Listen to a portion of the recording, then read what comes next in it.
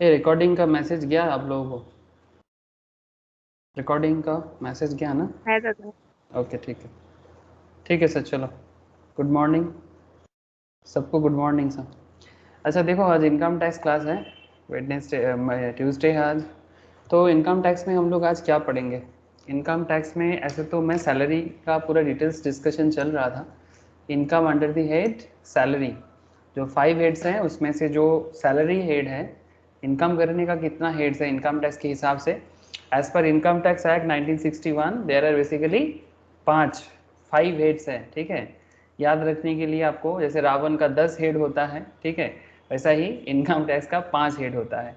मतलब आप कहीं से भी कुछ भी इनकम करो, गवर्नमेंट आपको 5 हेड के अंदर सारा का सारा डाल देगा, उसमें स्पेसिफाई करके salary head, house property, business profession, income from, अच्छा अदर सोर्स तो सबसे बाद में, कैपिटल गेन, एंड लास्ट में आता है अदर सोर्स।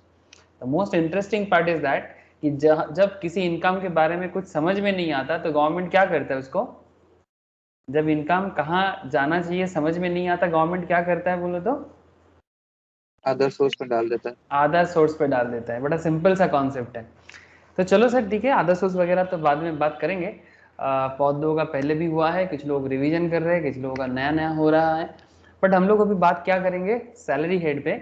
और सैलरी हेड पे कोई बेसिक चर्चा नहीं है, हम लोग काफ़ी मतलब डेप्थ में आ गए सैलरी के अंदर। काफ़ी इंपॉर्टेंट एरिया डिस्कस ऑलरेडी कर चुके हैं, जैसे अलाउंस का डिस्कशन हो चुका है, सैलरी का मतलब क्या है वो भी चर्चा कर चुके हैं, पार्क्विजिट्स के बारे में चर्चा कर चुके हैं। तो सर फिर बाकी क्या रहा?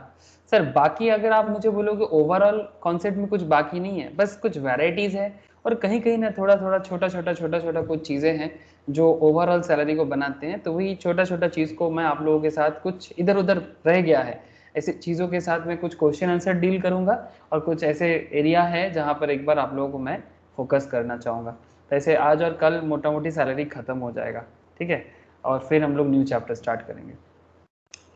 तो ठीक है, मैं स्क्रीन शेयर करता हूँ, ठीक है।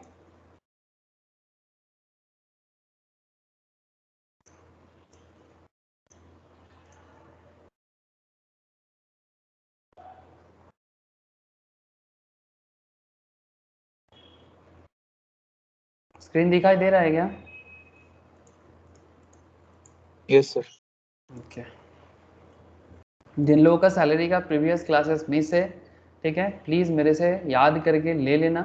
सारा का सारा ऑलमोस्ट 7-8 क्लासेस होंगे, पूरा का पूरा रिविजन्स मार लेना, छान मार लेना, सब कुछ क्लियर कट डिस्कस किया हुआ है, आप लोगों को बहुत हेल्प हो जाएगा। अच्छा, तो सैलरी में एक बार अगर मैं आपको रिवाइज करा दूं कि अभी तक हम लोगों ने क्या क्या चीज़ पढ़ा और आज क्या क्या चीज़ पढ़ने वाले हैं। और प्रैक्टिस के लिए मैंने ऑलरेडी आप लोगों को कुछ क्वेश्चन दे के रखा, और आज मैं आप लोगों को और कुछ क्वेश्चंस प्रोवाइड करूंगा, ठीक है। बस इतना कर लो, काफ़ी है और ज़रूरी नहीं है। अच्छा, बेसिस ऑफ चार्ज, मतलब सेक्शन 15 जो था सैलरी, एक्चुअली सैलरी जो है वो 15 से लेके 17 के अंदर बोला गया है। इनकम टैक्स एक्ट में सेक्शन 15 से लेके 17 के अंदर बोला गया है, आप लोगों को पता है। तो ये सेक्शन 15 जो था ये बेसिकली चार्ज ऑफ सैलरी के बारे में बात किया था। ये सब बात तो मैं एकदम स्टार्टिंग में ही आप लोगों से करके रखा, ठीक है। तो सेक्शन 15 का चर्चा हो चुका है। सर हो चुका है तो फिर से क्यों बोल रहे हो? अरे सर वो रोज रिकॉल करते हैं ना। आफ्टर दैट सर अलायंस के बारे में चर्चा, और अलायंस के ऊपर ये चर्चा तो बहुत हुआ है, हाउस रेंट अलायंस है ना, बेसिस ऑफ चार्ज था ही, उसमें प्रोफार्मा पूरा का पूरा प्रोफार्मा 2 दिन से करवाया था हम लोगों ने, है ना सर क्लास में। तो प्रोफार्मा के अंदर ये सभी अलावेंस के बारे में बात हुआ है। Section 10 subsection 13 exemption of certain allowances, कुछ अलाउंसेस मिलता है जो आपको एग्जिम्ड किया जाता है, कुछ सर्टेन अमाउंट तक एग्जिबिशन होता है। इसमें एचआरए के ऊपर तो मैं ढेर सारा चर्चा किया आप लोगों से, क्या रे एचआरए में बहुत क्वेश्चन किया ना, डायरेक्टली इनडायरेक्टली, हुआ है कि नहीं हुआ है? यस ना सर, ओके। तो वैसा ही sir HRA section 10 subsection 13A। After that sir क्या आ जाता है, after that children education allowance, इसमें भी चर्चा हुआ, ट्रांसपोर्ट अलाउंस, ये सब छोटा छोटा है, इसमें भी चर्चा हुआ, क्वेश्चन भी किए हम लोगों ने, है ना सर, हम लोगों ने क्वेश्चन भी सॉल्व किए। अच्छा, और क्या है, हॉस्टल एक्सपेंडिचर्स ऑफ एम्प्लॉइज, इसके ऊपर भी चर्चा हुआ है किसी ना किसी क्वेश्चंस पे, अगर नहीं हुआ है तो बाद में हो जाएगा फिर से किसी ना किसी क्वेश्चन में। Gratuity, these are the area, इसके ऊपर भी काफ़ी दिन तक चर्चा चला। टर्मिनल बेनिफिट्स, बेसिकली इसको हम लोग रिटायरमेंट बेनिफिट्स भी कहते हैं, है ना सर। रिटायरमेंट बेनिफिट्स जिसके अंदर आपका आ जाता है क्या क्या, इसके अंदर आ जाएगा आपका ग्रेचुइटी, और क्या है सर, पेंशन। हाँ, ग्रेचुइटी है, पेंशन है। ग्रेचुइटी में सेक्शन 10 सबसेक्शन 10 है ना, सेक्शन याद रखिए सब, सेक्शन 10 सबसेक्शन 10। पेंशन आ जाता है आपका सेक्शन 10 सबसेक्शन 10 ए, ठीक है। एक क्लास में चर्चा हुआ था, ग्रेचुइटी का क्लास था, पेंशन का क्लास था, ठीक है। आई होप आप सबको याद है, गवर्नमेंट नॉन गवर्नमेंट सभी के बारे में चर्चा हुआ है। अच्छा, फिर आ गया था लीव सैलरी, लीव एनकैशमेंट के नाम से भी जाना जाता है ना। लीव सैलरी मतलब आप अगर छुट्टी ना लेके वो अमाउंट रिसीव करते हो, तो जो छुट्टी मतलब जो आपको कंपनी की तरफ से छुट्टी मिलता है, और इनकम टैक्स अपना एक रूल बना के रखता है कि 30 डेज के हिसाब से, ठीक है, तो उसके हिसाब से आप मैक्सिमम कितना वो वाला अमाउंट आपको टैक्सेबल किया जाएगा। लीव एनकैशमेंट जो आपको लीव छुट्टी ना लेके आप पैसा लेते हो, बेसिकली सैलरी लेते हो, तो कितना एग्जाम्शन में जाएगा, कितना टैक्सेबल होगा, इसका चर्चा था। आज मैं आपसे ये वाला एक चर्चा करूंगा, retrenchment compensation and voluntary retirement compensation, ठीक है। ये इसके ऊपर मैं क्वेश्चन कराऊंगा, इस स्पेशली वीआरएस पे तो एक क्वेश्चन बनता है, ठीक है। वीआरएस पे एक क्वेश्चन बनता है, रिट्रेंचमेंट कंपेंसेशन में आपसे एक बार जरूर बात करूंगा। अभी आपसे याद दिलाता हूं, अभी सेक्शन 10 सबसेक्शन 10 बी, जो मैं लास्ट वीक भी बताया था आप लोगों को दिवाली से पहले, ये सेक्शन 10 सबसेक्शन 10 बी में एक चर्चा होना चाहिए, और सेक्शन 10 सबसेक्शन 10 सी में एक चर्चा होना चाहिए। अच्छा, एंड आज ये भी चर्चा करूंगा आप लोगों के साथ, सेक्शन 10 सबसेक्शन 5, सेक्शन 10 सबसेक्शन 5 जो मैं लास्ट वीक नहीं किया था, लीव ट्रैवल कंसेशन। ये लीव ट्रैवल कंसेशन क्या है, ठीक है, और ये लीव ट्रैवल कंसेशन कैसे कैलकुलेशन करके कैसे मिलता है, इसके ऊपर एक चर्चा तो एकदम बनता है सर। अच्छा, इसके अलावा प्रोविडेंट फंड में भरपूर चर्चा हुआ है ना sir. Provident fund most probably last week मंगलवार क्लास में बात हुआ था प्रोविडेंट फंड के ऊपर। Provident fund, statutory provident fund, recognised provident fund, है ना सर। आरपीएफ, एसपीएफ, यूआरपीएफ, है ना, पूरा चर्चा होके रखा है। तो ये एक बार समरी नोट्स में भी आप लोग जरूर गो थ्रू कर लीजिएगा, ठीक है। तो एम्प्लॉयर कंट्रीब्यूशन, ठीक है, एम्प्लॉइज कंट्रीब्यूशन कितना तक छूट होता है, 12.5%, 12%, 9.5% का खेल खेला गया था, तो वो एक बार जरूर आप लोग रिकॉल कर सकते हो कॉपी चेक करके। अच्छा, तो ये प्रोविडेंट फंड में और कुछ नहीं बोलना है, बहुत बोल दिए थे। ये एक एरिया है सर, वैल्यूएशन ऑफ पार्क्विजिट्स, ये मैं आपसे जरूर चर्चा करूंगा, ठीक है। Section 17 subsection 2 read with rule 3, ठीक है, इसका एक डिटेल्स है, ठीक है, तो इसका एक फॉर्मूला टाइप डिटेल्स है जो मैं आपसे जरूर बात करूंगा वैल्यूएशन ऑफ। लेकिन हाँ, इसके अलावा ये वैल्यूएशन ऑफ पार्क्विजिट्स इसका एक अलग बात है, बट इसको इसके अंदर कुछ एरिया जैसे कि आरएफए के बारे में प्रोविजंस तो आप लोगों के साथ शायद एकदम स्टार्टिंग में ही डिटेल्स में बात हुआ था आरएफए के बारे में। आज मेरा इच्छा है कि आरएफए के ऊपर कुछ क्वेश्चंस आपको करवाऊंगा, ठीक है। तो ये एक इच्छा है, आरएफए के ऊपर कुछ क्वेश्चंस रेडी है, क्वेश्चन बस करना है एक एक करके। अच्छा, बाकी आरएफए को क्वेश्चन करने से याद आ जाएगा, बाकी और क्या रह गया sir. Interest free concessional loan, ये भी पार्क्विजिट्स में आते हैं। लास्ट वीक एक नोट्स पढ़ा, एक दिए थे पार्क्विजिट्स के ऊपर, मिला था ना आप लोगों को। हाँ सर, पार्क्विजिट्स के ऊपर एक नोट्स आप लोगों को मिला था, बताइए ना। अरे हाँ ना, कुछ तो बोलो। हाँ सर। है ना, उसमें डेफिनेशन ऑफ पार्क्विजिट्स, टाइप्स ऑफ पार्क्विजिट्स, ठीक है, और उसके बाद एक पूरा एरिया आया था जिसमें आपके सामने perquisites taxable in the cases of all employees, मतलब कौन से पार्क्विजिट्स टैक्सेबल्स होते हैं, ठीक है, ये एक चर्चा था। और एक था कि पार्क्विजिट्स ऑलवेज एग्जेम्प्ट, ऐसा भी एक नोट था, ऐसा एक डिटेल्स है यहाँ पर, कहाँ चला गया ये, tax free perquisites in all cases, सारे के सारे केस में ये पार्क्विजिट्स टैक्स मतलब टैक्स फ्री होते हैं, जैसे टेलीफोन, ट्रांसपोर्ट फैसिलिटी। ये चर्चा पूरा लंबा चर्चा था, ठीक है, लास्ट वीक के क्लास में मैंने चर्चा किया था। ये एक एरिया है जिसके ऊपर मुझे लगता है एक बार आपसे जरूर बात कर लेना चाहिए, दैट इज क्या बोलूँ इसको, मतलब इसका heading perquisites taxable in the case of all employees, इसमें आरएफए आ जाता है, कंसेशन इन रेंट आ जाता है, और एक फॉर्मूला टाइप में एक एरिया आता है, मतलब कैसे कैसे हम पार्क्विजिट्स को वैल्यू कर सकते हैं, इसका एक फॉर्मूला है, ठीक है। ये फॉर्मूला मैं आपको बताऊंगा सर, ठीक है। टैक्सेबल पार्क्विजिट्स का एक फॉर्मूला है सीबीडीटी के हिसाब से, मतलब central board of direct tax ने देके रखा है, रीड विद रूल 3B, ये चर्चा करूंगा मैं आपसे, ठीक है। इसमें taxable perquisites under section 17 subsection 2 clause 7A के अंदर for the current previous year, ये चर्चा एक होना चाहिए, ठीक है। इसके अलावा और क्या चर्चा, छोटा छोटा बोला ना आपको, मेन मेन चीजें हो गया, बस इधर उधर थोड़ा थोड़ा इधर उधर कुछ बचा कुचा चीजें हैं जो आपसे एक बार बात कर लेना चाहिए। बाकी मोटर कार जो बहुत ही फेमस पॉइंट है, ये भी चर्चा लास्ट वीक कर लिया, तो मोटर कार के बारे में और कुछ नहीं बोलूंगा। क्वेश्चन भी किए हैं और प्रोविजंस भी डिटेल्स में आप लोगों ने देखा। मीनिंग ऑफ सैलरी ये भी मैंने आप लोगों को बता के रखा और नोट्स भी आप लोगों के पास है कि बार बार सैलरी का मतलब बदलते हैं, है ना सर, ऐसे बार बार नहीं बदलता। स्पेशली जब आप ग्रेचुइटी कैलकुलेट करते हो तब सैलरी का मतलब जरूर याद रखिएगा कि basic plus DA plus COT का एक एरिया आता है, ठीक है। ये देखो ग्रेचुइटी इन केस ऑफ मतलब अगर नॉर्मल है, मतलब नॉन गवर्नमेंट एम्प्लॉइज है और covered by the payment of gratuity act है तो फिर बेसिक प्लस डीए, ठीक है। लेकिन अगर नॉट कवर्ड है तो फिर basic plus DA plus COT, commission on fix percentage of turnover.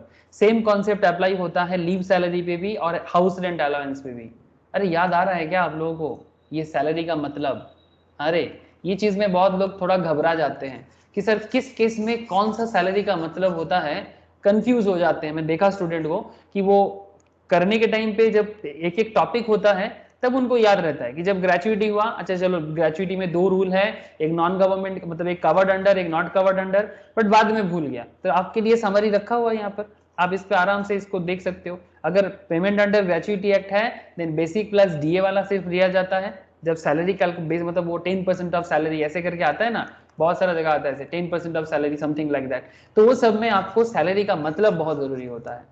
तो यहाँ पर gratuity, leave salary, HRA, RPF, voluntary retirement compensation, ये सभी केस में सैलरी का मतलब एक होता है। और आरएफए के केस में थोड़ा लंबा है सैलरी का मतलब। आज मैं आपको मतलब आरएफए का क्वेश्चन कराऊंगा। रेंट फ्री एकोमोडेशन पाक्विजिट्स के अंदर आता है सर, ठीक है, एंड कंसेशनल एकोमोडेशन, इस केस में सैलरी का मतलब थोड़ा लंबा दिया हुआ है। इसको एक बार मैं चर्चा कर लूंगा जब आरएफए का क्वेश्चन आपसे डील करूंगा। ऐसे आरएफए का बात हो चुका है काफी डिटेल्स में, बस क्वेश्चन डील करना है। बाकी और क्या बताऊं, बाकी मुझे लगता है ऑलमोस्ट सब डन है। और जब कंप्लीट क्वेश्चन होगा, जैसे मैंने आप लोगों को ऑलरेडी कुछ प्रैक्टिस के लिए कंप्लीट क्वेश्चन देके रखा, आप चाहो तो वो क्वेश्चन आंसर के साथ है, गो थ्रू कर सकते हो। आगे आगे मैं भी कल की क्लास में कंप्लीट सैलरी का क्वेश्चन लूंगा जिसमें आपको ये स्टैंडर्ड डिडक्शन यूज करने का मौका मिल जाएगा, ठीक है। सेक्शन 16 सबसेक्शन 1A 50,000 वाला कॉन्सेप्ट। एंटरटेनमेंट अलाउंस अगर है तो गवर्नमेंट एम्प्लॉई है तो क्या करे, section 16 subsection 2 and as well as मतलब इसका लीस्ट ऑफ द फॉलोइंग का एरिया है। और उसके साथ प्रोफेशनल टैक्स सेक्शन 16 सबसेक्शन 3, इसको लेस करके अल्टीमेटली ग्रॉस सैलरी निकाला जाता है। ये कंप्लीट क्वेश्चन में, इसको एक क्वेश्चन में ही आपको समझ में आ जाएगा कि ये सेक्शन 16 सबसेक्शन 1, सेक्शन 16 सबसेक्शन 2 मतलब 1A 2 एंड सेक्शन 16 सबसेक्शन 3, इन तीनों को करना क्या है पहले भी बता के रखा, एक बार फिर से बताऊंगा। और एक चीज जो आपको शॉर्टकट में मुझे बताना है, दैट इज रिलीफ। ओके, ये रिलीफ क्या है sir? Relief in salary is paid in arrears और इन एडवांस। अगर सैलरी बाकी है पुराना कुछ या फिर कुछ एडवांस सैलरी का बात है तो उसका कुछ हिसाब किताब होता है। तो याद रखिएगा रिलीफ आपको जरूर मुझे बताना है, ठीक है सर, समझ में आ रहा है? बस ये जो छोटा छोटा मतलब आप लोग देखा ना सर, बचा कुछ 4-5 पॉइंट्स है, इसमें चर्चा करने से ही सैलरी में आप मास्टर बन जाओगे। बाकी प्रैक्टिस करने से ही, और कुछ नहीं चाहिए आपको। सर समझ में आ रहा है कि हम लोग कहाँ से कहाँ पहुंच गए देखते देखते?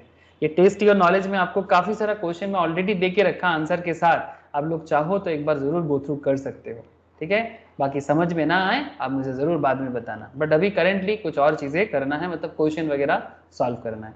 तो आज मैंने आप लोगों के लिए क्या सोच के रखा है, आज मैं आप लोगों के लिए पहले तो कुछ क्वेश्चन करेंगे। चलो प्रैक्टिस क्वेश्चन में ये क्वेश्चन सीट में आप लोगों को दे दूंगा, ठीक है, यहाँ से आपको प्रैक्टिस करना है।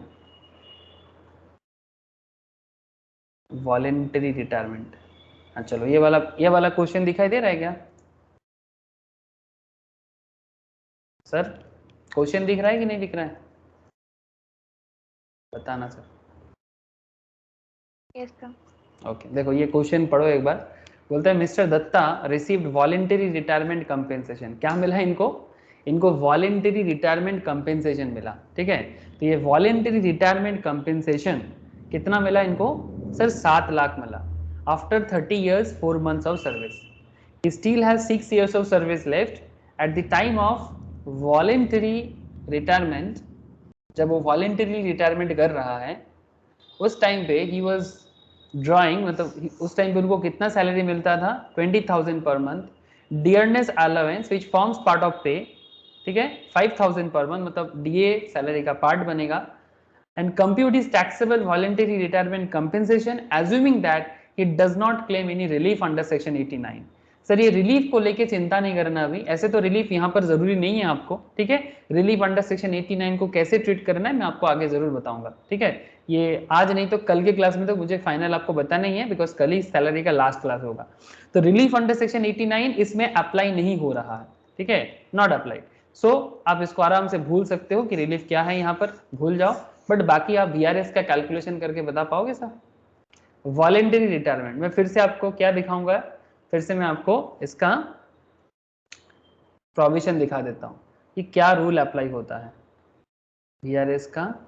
पहला बात तो वीआरएस का प्रोविजन क्या है, सेक्शन 10 सबसेक्शन बोलो, सेक्शन 10 सबसेक्शन 10 सी, ठीक है। देखो सर रूल आपके सामने है, क्वेश्चन समझ में आ रहा है आप लोगों को? वॉलेंटरी रिटायरमेंट के करने के टाइम पे आपको कंपेंसेशन मिलता है, ऐसे आप लोगों को पता है ना सर वॉलेंटरी रिटायरमेंट कैसे होता है? अरे मतलब जॉब खत्म होने से पहले ही जॉब खत्म हो जाता है वॉलेंटरी लेवल पे। आपको रिटायरमेंट करने के लिए या तो कई बार ऐसे होते हैं कि जो एम्प्लॉय है वो खुद रिटायर हो जाते हैं, कई बार ऐसे होते हैं कि कंपनी बोलते हैं कि आप एक काम करो वीआरएस ले लो, ठीक है, आपको कुछ मोटा अमाउंट दे देते हैं, आप घर में बैठ जाओ, ठीक है, आगे सर्विस करने का जरूरत नहीं है। तो इस तरह के टाइम पे कंपनी क्या करते हैं, मतलब एम्प्लॉयर जो है अपने एम्प्लॉय को काफी पेमेंट करता है। तो ये केस सेंट्रल एंड स्टेट के केस में भी हो सकता है, सेंट्रल एंड स्टेट गवर्नमेंट के केस में हो सकता है, पब्लिक सेक्टर्स में हो सकता है, company any other company, local authority, cooperative society, ठीक है, आईआईटी, ये सभी केसेस में हो सकता है ऐसा। समझ में आ रहा है सर कुछ? तो देखो रूल क्या बताता है, रूल एक बार पढ़ो।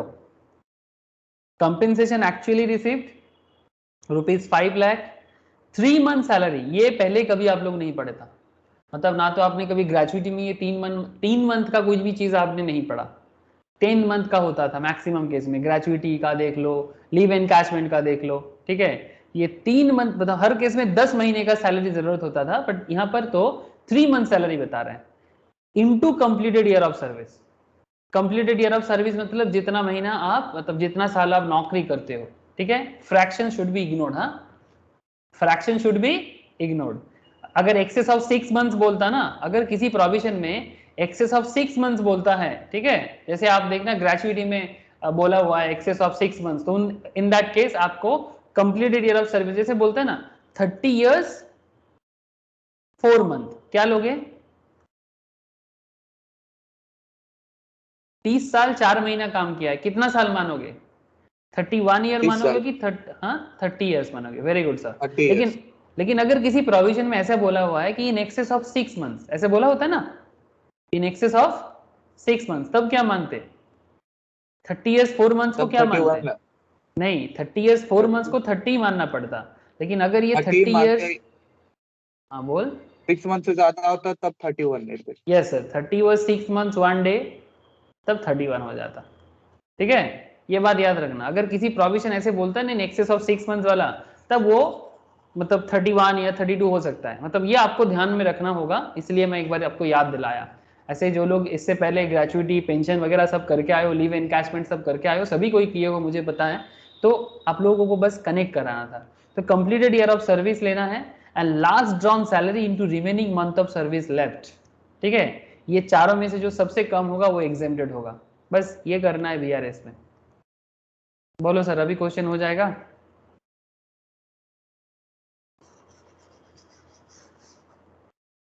क्वेश्चन देख लो फिर से।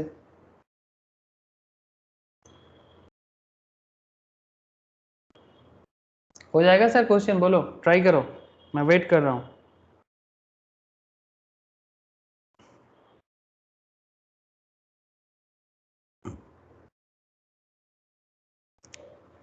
वीआरएस सेक्शन 10 सबसेक्शन क्या है सर?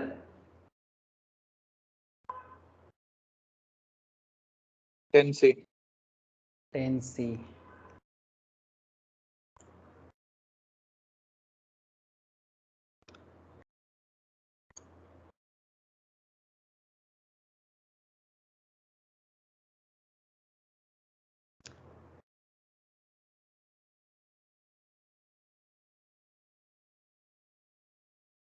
तो करो सर सेक्शन, एक सेकंड।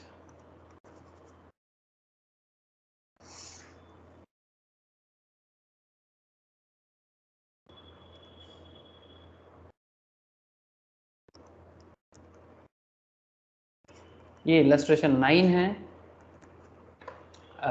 इसमें आपको मैं क्या बताऊंगा sir, VRS voluntary retirement service, ठीक है, वॉलेंटरी रिटायरमेंट। इसमें सेक्शन 10 सबसेक्शन 10C के अंदर ये कहा गया है। Very good sir. तो सेक्शन 10 सबसेक्शन C के अंदर क्या बोला, मिस्टर दत्त ने वॉलेंटरी रिटायरमेंट कंपेंसेशन लिया 7 लाख का after 30 years 4 months of service. He still has 6 years of service left at the time of voluntary retirement. At the time of voluntary retirement उसने क्या किया, उन्होंने सैलरी रिसीव कर रहा था 20,000 पर मंथ करके, डी रिसीव कर रहा था 5,000 करके। आपको बोल रहे हैं कि आप बताओ कि कितना VRS कंपेंसेशन उनको टैक्सेबल होगा और कितना उसको एग्जेम्प्ट मिलेगा। इनको कोई 89 में रिलीफ नहीं मिल रहा है, मतलब कोई पुराना सैलरी या एडवांस सैलरी का कोई कॉन्सेप्ट इनका है नहीं। तो किसी का आंसर निकला है सर तो बताओ, किसी का भी आंसर निकला है तो बताओ सर। क्वेश्चन समझ में आया कि नहीं आया आप लोगों को, बोलो सर। क्वेश्चन समझ में आ गया VRS का?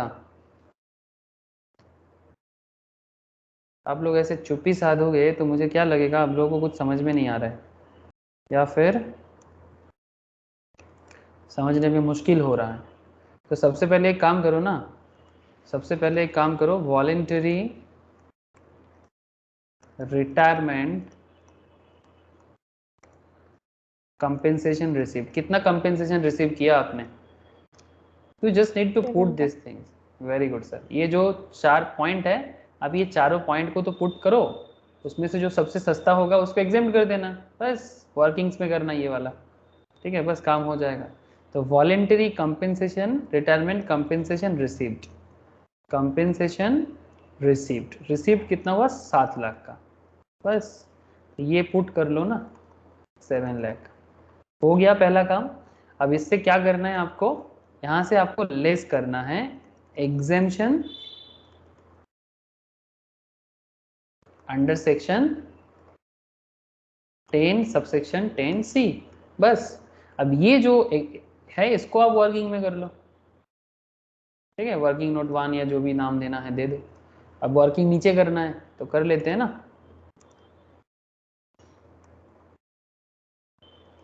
तो वर्किंग में क्या करना है, बस वो जो रूल है वो रूल पुट करना है, आपको याद रखना है sir, tax is all about provisions, you have to remember this things. तो कंपेंसेशन रिसीव्ड 7 लाख, ये मैक्सिमम लिमिट है 5 लाख, मतलब ये एक लिमिट बांध के दिया है रूल के अंदर। कंपेंसेशन रिसीव्ड है 7 लाख का, this is the point 1। Point 2 में लिख लो statutory limit, statutory limit, okay, statutory limit कितना है, 5 लाख है। Very good sir. और क्या बोला sir, 3 month salary into completed year of service, तो 3 महीने का सैलरी लेना है और कंप्लीटेड ईयर ऑफ सर्विस करना है। तो 3 महीने का सैलरी कितना होना चाहिए, 3 month salary into completed year of service.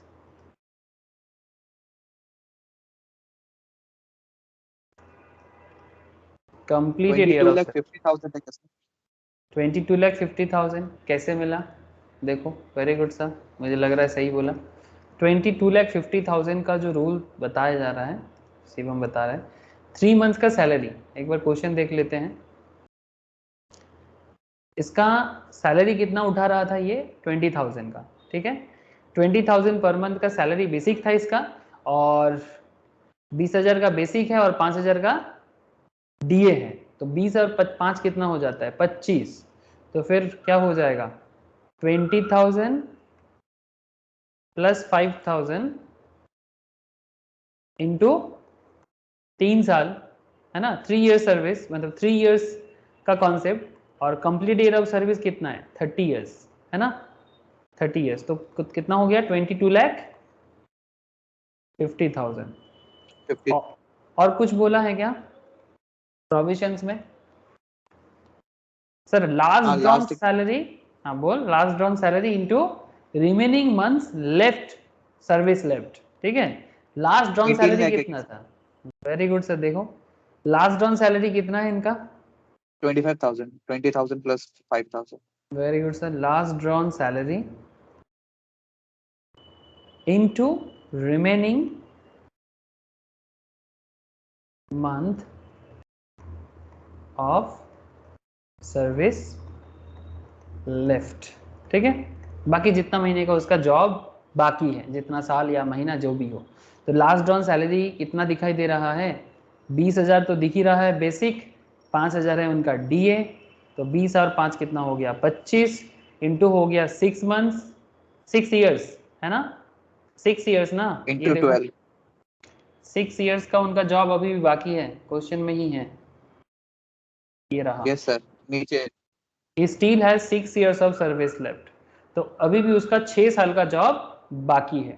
तो अगर 6 साल का जॉब बाकी है, लेकिन उससे पहले ही उसका क्या हो रहा है? वॉलेंटरी रिटायरमेंट हो रहा है। तो 6 साल का सर्विस पर महीना, साल में कितना महीना आता है? Per month 12. साल में 12 महीना, तो 6 12. इंटू 12, तो अमाउंट कितना हो जाएगा? 18 lakh. 18 लाख। सबका मैच कर रहा है क्या? अरे क्या ये हाँ सर। 18 लाख, 22 लाख, 50,000 और क्या आया? 7 लाख एंड 5 लाख। सबसे सस्ता कौन सा आया sir? Least of the following exempted है ना। रूल क्या है? What is the rule? Least of the following, मतलब इनमें से जो सबसे सस्ता है वो आपको एग्जेम्प्ट करते हैं। ये देखो लीस्ट ऑफ द फॉलोइंग, तो इनमें से सबसे सस्ता, ऐसे देखो इस केस में 5 लाख सबसे सस्ता निकल गया, बट जरूरी है कि हर केस में 5 लाख सबसे सस्ता होगा? हमारे इस क्वेश्चन में सबसे सस्ता निकल गया 5 लाख, लेकिन जरूरी नहीं है कि हर केस में ऐसा हो, ठीक है। आपको पूरा करके देखना चाहिए, मतलब ऐसा कंक्लूजन कोई ना लगाए कि नहीं 5 लाख ही हो जाएगा, ऐसा नहीं है, ठीक है। तो यहाँ पर स्टैट्यूटरी लिमिट ही सबसे कम आ गया, तो ये 5 लाख क्या हो जाएगा? Exempt हो जाएगा 7 एग्जाम्प्ट लाख हो में से. जाएगा। तो एग्जाम्पशन अंडर सेक्शन 10 सबसेक्शन 10 सी हो जाएगा 5 लाख। तो अल्टीमेटली उनका वॉलेंटरी कंपेंसेशन कितना टैक्सेबल हो जाएगा सर? 2 लाख. 2 लाख। इसको क्या बोलोगे? टैक्सेबल वॉलेंटरी रिटायरमेंट कंपेंसेशन, ठीक है सर। इजी है, it's a very easy concept. मतलब इससे पहले हम लोग ग्रेचुइटी, पेंशन, प्रोविडेंट फंड, ये सब चीज़ों में काफ़ी दिमाग लगाए, इवन एचआरए में भी काफ़ी दिमाग लगाना पड़ा। इसमें इतना दिमाग वाला कोई खेल नहीं था, बस you just need to remember, आपको बस ये रिमेंबर रखना है कि भाई वॉलेंटरी रिटायरमेंट कंपेंसेशन के केस में होता क्या है, ठीक है। तो उसमें आपको बस ये याद रखना है, ये चारों पॉइंट, कि जितना कंपेंसेशन हम एक्चुअली रिसीव कर रहे हैं, स्टैट्यूटरी लिमिट का 5 लाख, 3 महीने का सैलरी, इससे पहले हम लोग मैक्सिमम केस में 10 महीने का सैलरी यूज करते थे, है ना। इस केस में तो 3 महीने का सैलरी ही लिया गया, ठीक है। अच्छा, कंप्लीटेड ईयर ऑफ सर्विस, मतलब कंप्लीटेड ईयर ऑफ सर्विस में जैसे यहाँ पर 30 ईयर्स कितना था? 30 ईयर्स 4 मंथ था। तो ये जो एक्सेस है ना, एक्सेस को नहीं लेना है, ये 4 महीने के कारण इसको 31 नहीं मानना है, क्योंकि वो तब माना जाता है अगर 6 मंथ से ज्यादा हो, अगर प्रोविजंस बोलता है इन एक्सेस ऑफ 6 मंथ्स, ठीक है। जैसे हम लोग पेंशन के केस में एक जगह में देखा था, ठीक है। तो 30 years 6 months in excess of 6 months ऐसे बोलता तो 30 के जगह 31 लेते। बट ऐसे केसेस में जहां पर एक्सेस ऑफ 6 मंथ्स का प्रोविजंस नहीं होता है, उस केस में आपको क्या करना चाहिए? चुपचाप राउंड कर लेना चाहिए जो नॉर्मल है, मतलब प्रोविजन, मतलब एक्सेस को क्या करना है? इग्नोर करना है, सिंपल बात है, एक्सेस को इग्नोर करना है। देखो मैं आपको एक बार दिखाता हूं, जैसे ये तो अपना वीआरएस है, वॉलेंटरी रिटायरमेंट है। इससे पहले हम लोगों ने यहाँ पर ये क्या है? लीव सैलरी है, leave salary, leave salary, average salary किसी इक्विवेलेंट, एक्सेस ऑफ 6 मंथ्स कहाँ चला गया? कहीं तो है, किस केस में लिखा था एक्सेस ऑफ 6 मंथ्स? बताओ जल्दी, पेंशन में या ग्रेचुइटी में?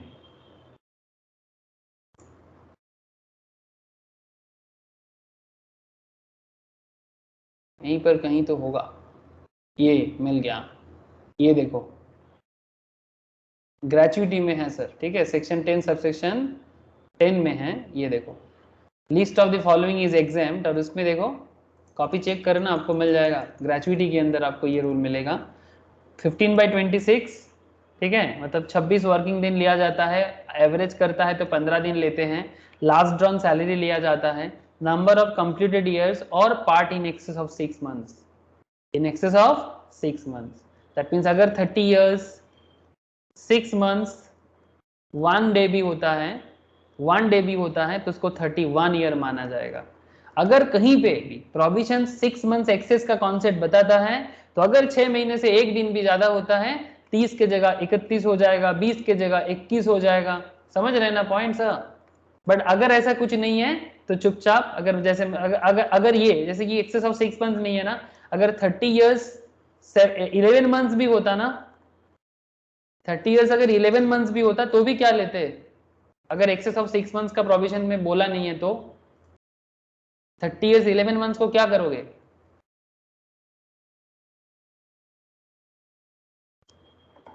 बोलो sir. 30 years 11 month excess of 6 months का प्रोविजन नहीं है तो क्या करोगे,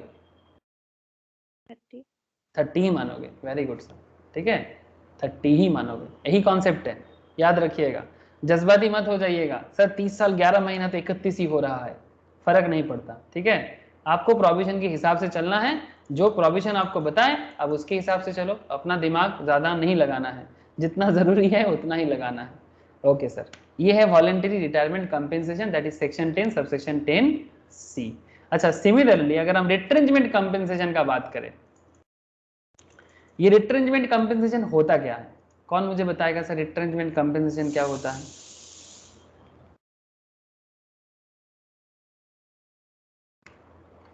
कौन, कोई बताए मुझे रिट्रेंचमेंट कंपेंसेशन क्या होता है, बोलो सर,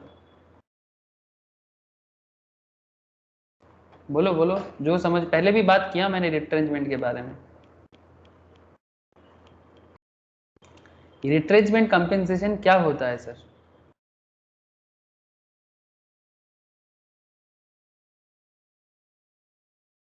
कोई तो बताओ,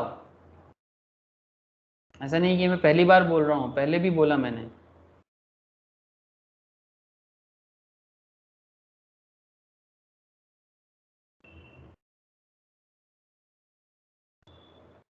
कोई नहीं बताओगे,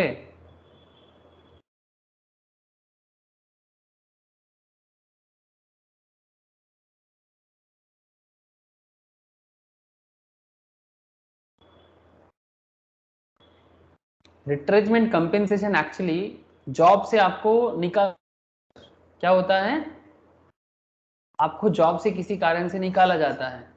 retrenchment compensation means the compensation paid under industrial dispute act 1947, ठीक है, ये इंडस्ट्रियल लॉ के अंदर भी आता है, इंडस्ट्रियल डिस्प्यूट एक्ट 1947, और अंडर एनी एक्ट रूल और ऑर्डर और notification issued under any law. It also includes compensation paid or transfer of employment under section 25F or closing down of an undertaking under section 25FF of the Industrial Dispute Act 1947। कई बार ऐसे होता है ना sir कि industry बंद हो गया लेकिन एम्प्लॉय को पेमेंट मिल रहा है, या फिर एम्प्लॉय को किसी कारण से, एम्प्लॉय को किसी कारण से काम से बिठा, मतलब क्या कर दिया कि भाई आपको काम में आने का जरूरत नहीं है, कोई डिस्प्यूट चल रहा है। ऐसा मेरा ही एक रिलेटिव के साथ हुआ था, मैंने आप लोगों को कहानी बताया था ना सर, मेरा मेरा फूफा जी का कुछ ऐसे कहानी था, मतलब रियल कहानी था, ठीक है, कि वो एक गोल्ड के फैक्ट्री में काम करते थे, गोल्ड ज्वेलरी का, मतलब डिजाइनर कंपनी में। तो वहाँ पर कुछ यूनियन के कॉन्सेप्ट के कारण कि उनके अगेंस्ट में ऐसा बात हुआ था कि वो यूनियन कर रहा है, तो पहले यूनियन उनके साथ था, फिर बाद में कुछ झमेला हुआ तो उनको कंपनी बोला कि आपको जॉब में आने का दरकार नहीं है, फिर उन्होंने ग्रीवांस में जाके बोल दिया, ठीक है। तो फिर वहाँ पर जो कोर्ट होता है ना सर कंपनी लेवल में, तो उनका डिसीजन था कि ये एम्प्लॉय को बिठा बिठा के अमाउंट पे किया जाएगा। ऑब्वियसली काम करने के टाइम पे अगर उनको उन दिनों, मतलब 1980s का टाइम का बात कर रहा हूँ, अगर 15,000 का सैलरी था उनका, ठीक है, तो उनको जब घर में बिठाया गया तो 5,000 करके दिया जाता था, लेकिन कोर्ट ये भी बताया था कि आप किसी और जगह में काम नहीं कर सकते, ठीक है, लेकिन कंपनी को बोला गया था कि आपको उसको घर में बिठा बिठा के 5,000 करके हर महीना देना पड़ेगा, ठीक है। तो this is this kind of compensation, या तो कंपनी बंद हो जाए या फिर कोई डिस्प्यूट रहे एम्प्लॉय के साथ एम्प्लॉयर का, ऐसे केसेस में रिट्रेंचमेंट कंपेंसेशन प्रोवाइड किया जाता है। बात समझ में कुछ आ रहा है सर? हेलो, अब समझ में आ रहा है कि नहीं आ रहा है? Yes, sir. Yes, sir. It may be noted that compensation on account of termination and due to modification in terms and conditions of the employment would be taxable as profit in lieu of salary. However, the retrenchment compensation would be exempt under section 10 subsection 10b. ठीक है, section 10 subsection 10b इसके अंदर ये exempted होता है, but क्या limit है वो लिमिट एक बार देख लो, जो मैं आपको भी बता भी रहा था, ये रहा इसका कि ये रूल बस एक बार याद रख लो, बाकी क्वेश्चन आएगा तो आप आराम से कर सकते हो।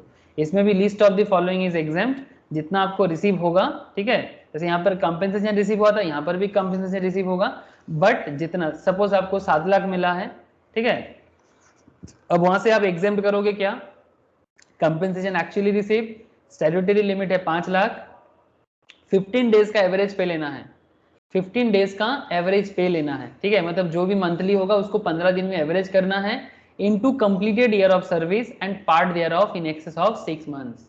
समझ गए सर? मतलब अगर 30 इयर्स 6 मंथ्स 2 डेज, क्या करोगे, कितना साल मानोगे, 30 साल मानोगे कि 31 साल मानोगे?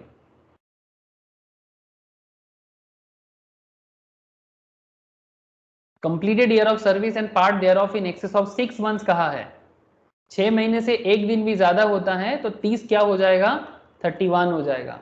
लेकिन अगर 30 या 6 मंथ्स होता तो क्या मानते, ये चीज मैंने पहले भी बोला है ग्रेजुएटी में, बट फिर से एक बार याद दिला रहा हूँ, 30 अगर 30 या 6 मंथ्स होता तो 30 ही मानना पड़ता, ठीक है, तो बस यही है रूल, 15 दिन का एवरेज पे, 5 lakh statutory limit and compensation actually receive, तीनों में से जो सबसे सस्ता होगा वो एग्जेम्प्टेड में जाएगा। बस ये है रिट्रेंचमेंट कंपेंसेशन की कहानी, सेक्शन 10 सबसेक्शन 10b। बोलो सर बोलो, याद आएगा कि नहीं रहेगा?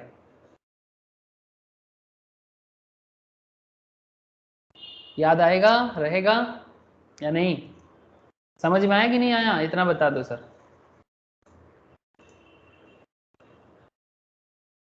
Yes, sir. बस ये रिटायरमेंट स्कीम के अंदर कुछ ऐसी चीज़ें था जो मुझे आपके साथ एक बार बात करना, तो मैंने आपको बता दिया। अब मैं आपके साथ एक थोड़ा डिटेल्स में चर्चा करने जाऊंगा। क्या चर्चा करोगे सर? सर मैं आपके साथ अभी चर्चा करूंगा थोड़ा लीव ट्रैवल कंसेशन पे, ठीक है, क्या चर्चा करूंगा, लीव ट्रैवल कंसेशन पे, ठीक है, ये लीव ट्रैवल कंसेशन क्या है, ठीक है, कैसे इसका कैलकुलेशन होता है, आई विल डिस्कस सर।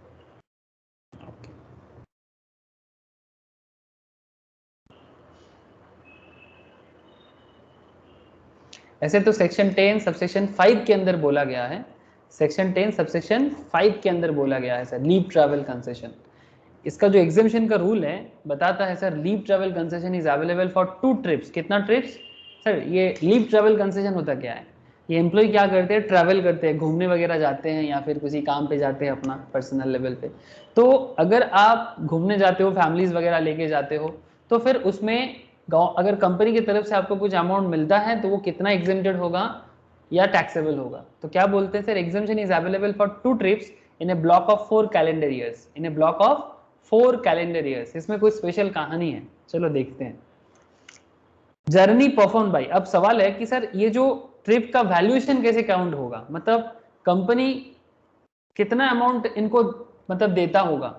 तो कंपनी ऐसे कुछ अमाउंट तो एक डिसाइड करता है ना कि भाई ये वैल्यूएशन तक लीव ट्रैवल में कंसेशन प्रोवाइड कर देंगे, ठीक है, तो वो वैल्यूएशन का क्या कॉन्सेप्ट है। अब देखो, कोई जाने वाला है प्लेन में, कोई जाने वाला है रेल में, है ना, तो कहीं रेल है, कहीं एयर है, कहीं बस सर्विसेज है, तो फिर कौन सा वैल्यू लिया जाएगा। हाँ सर, आपको बात समझ में आ रहा है? किसी जगह में प्लेन नहीं चलता, किसी जगह में रेल नहीं चलता, ऐसा भी हो सकता है ना, तो फिर इन दैट केस कंपनी क्या डिसाइड करेगा, कौन से अमाउंट को वैल्यूएशन बनेगा कि भाई ये इनका ट्रैवल कंसेशन में लिया जाए।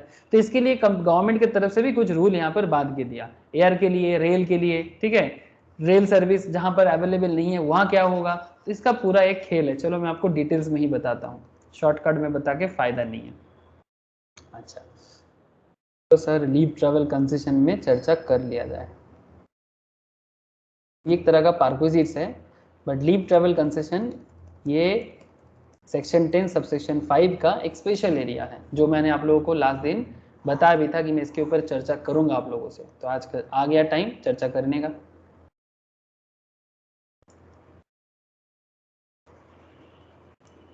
और ये भी मैंने आप लोगों को बोल के रखा था, value of leave travel concession provided to the high court जज और द सुप्रीम कोर्ट जज and member of his family are completely exempt without any condition. समझ में आया सर? ये मैंने लास्ट दिन बताया था, लास्ट वीक, जस्ट दिवाली के पहले वाला क्लास में। ये जो लीव ट्रैवल कंसेशन जो प्रोवाइड किया जाता है ना एम्प्लॉय को, अगर वो हाई कोर्ट के जज है या सुप्रीम कोर्ट के जज है, उनके फैमिली मेंबर्स के लिए ये एग्जेम्प्टेड होता है। कोई भी बिना किसी शर्त का कोई कंडीशन नहीं लगाया जाता, कोई कंडीशन नहीं लगाया जाता। तो दिस अब देखो सर, लीव ट्रैवल कंसेशन का डिटेल्स देखो थोड़ा। Exemption in respect of leave travel concession, ये जो पार्कोजिट्स का नोट आप लोगों को मैंने दिया ना लास्ट वीक, उसके अंदर इसका डिटेल्स है, आप चाहो तो देख सकते हो। अगर किसी ने गो थ्रू किया तो जरूर देखा होगा। ऐसे दिवाली में कौन पढ़ता है, I know sir. This clause exempt the leave travel concession, या LTC के नाम से भी ये बड़ा पॉपुलर है, leave travel concession, received by employees from their employers for proceeding to any place in India, Bharat के अंदर कहीं भी जाने के लिए।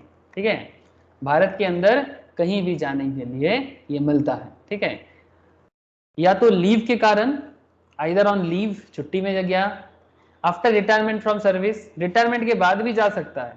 ठीक है, after termination of his service, मतलब उनका सर्विस खत्म हो गया फिर जाके वो जा रहा है, तो नॉर्मल लीव पे जा सकते हैं, रिटायरमेंट के बाद जा सकता है, टर्मिनेशन ऑफ हिज सर्विस पे भी जा सकता है।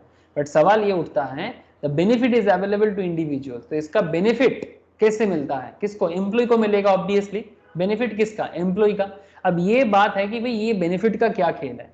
Citizens as well as non citizens in respect of travel concession और असिस्टेंस फॉर हिमसेल्फ और हरसेल्फ एंड फॉर हीज और her family, spouse and children. Simple बात है, मतलब बीवी के लिए क्या है सर? पति के लिए पत्नी, पत्नी के लिए पति और उनके बच्चे लोग। ठीक है, spouse and children of the individual and parents. अच्छा, पेरेंट्स को भी लिया गया फैमिली के अंदर। सर ब्रदर्स भी है, सिस्टर्स भी है ऑफ द इंडिविजुअल और एनी ऑफ देम, होली और मेनली, होली और मेनली, या तो कंप्लीटली या फिर मेन। मेन मतलब क्या? प्रधान। ठीक है, मतलब प्रधान मतलब सर मतलब मेन वही है, डिपेंडेंट ऑन द इंडिविजुअल। मतलब अगर आपका पेरेंट आप पे डिपेंडेंट है, अगर आपका भाई आपकी बहन आप पे डिपेंडेंट है, बच्चे लोग तो नॉर्मली देखो एक सर्टेन टाइम तक डिपेंडेंट होता ही है। ठीक है, तो spouse and children of the individual and parents, brothers and sisters of the individual और एनी ऑफ देम होली और mainly dependent on that individual, उनको ये बेनिफिट मिलता है। समझ में आ रहा है सर? इस केस में फैमिली बड़ा मतलब बड़ा केस है, बिकॉज आप किसके किसके लिए टिकट कटवाओगे, सभी तो बेनिफिट के अंदर आ जाता है ना। अब सवाल ये उठता है कि एग्जेम्पशन का कुछ लिमिट है कि नहीं है, जिसका जितना बड़ा फैमिली होगा क्या उतना ही मिल जाएगा? नहीं, उसके ऊपर कुछ रोक टोक है, तो मैं आपको थोड़ा बताता हूं। The exemption in all cases will be limited to the amount actually spent, subject to such condition as specified in Rule 2B regarding the ceiling on the number of journeys for the place of destination। मतलब कितना number of journey कर सकते हो, place of destination क्या होगा, मतलब कहां तक जा सकते हो, इसका एक रूल है, इसका एक लिमिटेशन है। Under rule 2B, exemptions will be available in respect of 2 journeys performed in a block of 4 calendar year। 4 साल में 2 बार, 4 साल में 2 जर्नी अगर आप करते हो, ऑब्वियसली आना जाना मिला के, ठीक है, 4 साल में 4 कैलेंडर ईयर्स में 2 जर्नी का आपको एग्जेम्पशन मिल सकता है। ये जो सिस्टम चालू हुआ commencing from the calendar year 1986 से ये पर्टिकुलर कॉन्सेप्ट एक्चुअली इंडिया में स्टार्ट हुआ है sir. Where such travel concession or assistance is not availed by the individual during any block of 4 calendar year, अगर 4 साल में ये कंसेशन एक बार भी नहीं लिया, one such unavailed, अगर कोई भी unavailed है LTC, will be carry forward to the immediately succeeding block of 4 calendar year।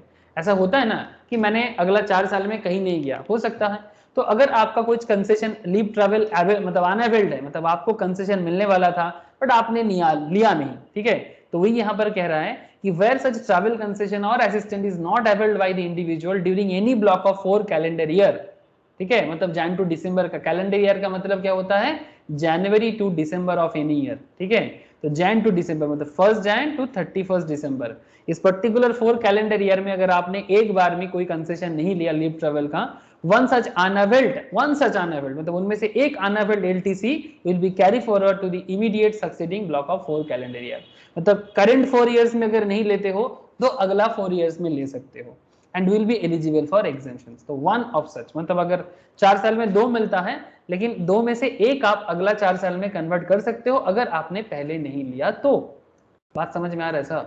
मतलब 18 से 22 अगर आपने नहीं लिया तो फिर 22 से 26 का जो टाइम आएगा उसमें आप एक आपका कैरी फॉरवर्ड हो जाएगा। समझ में कुछ आ रहा है सर? हेलो, क्या एलटीसी समझ में आ रहा है? बोलो ना सर, हाँ ना, कुछ तो बोलो। Yes, sir. Yes, sir.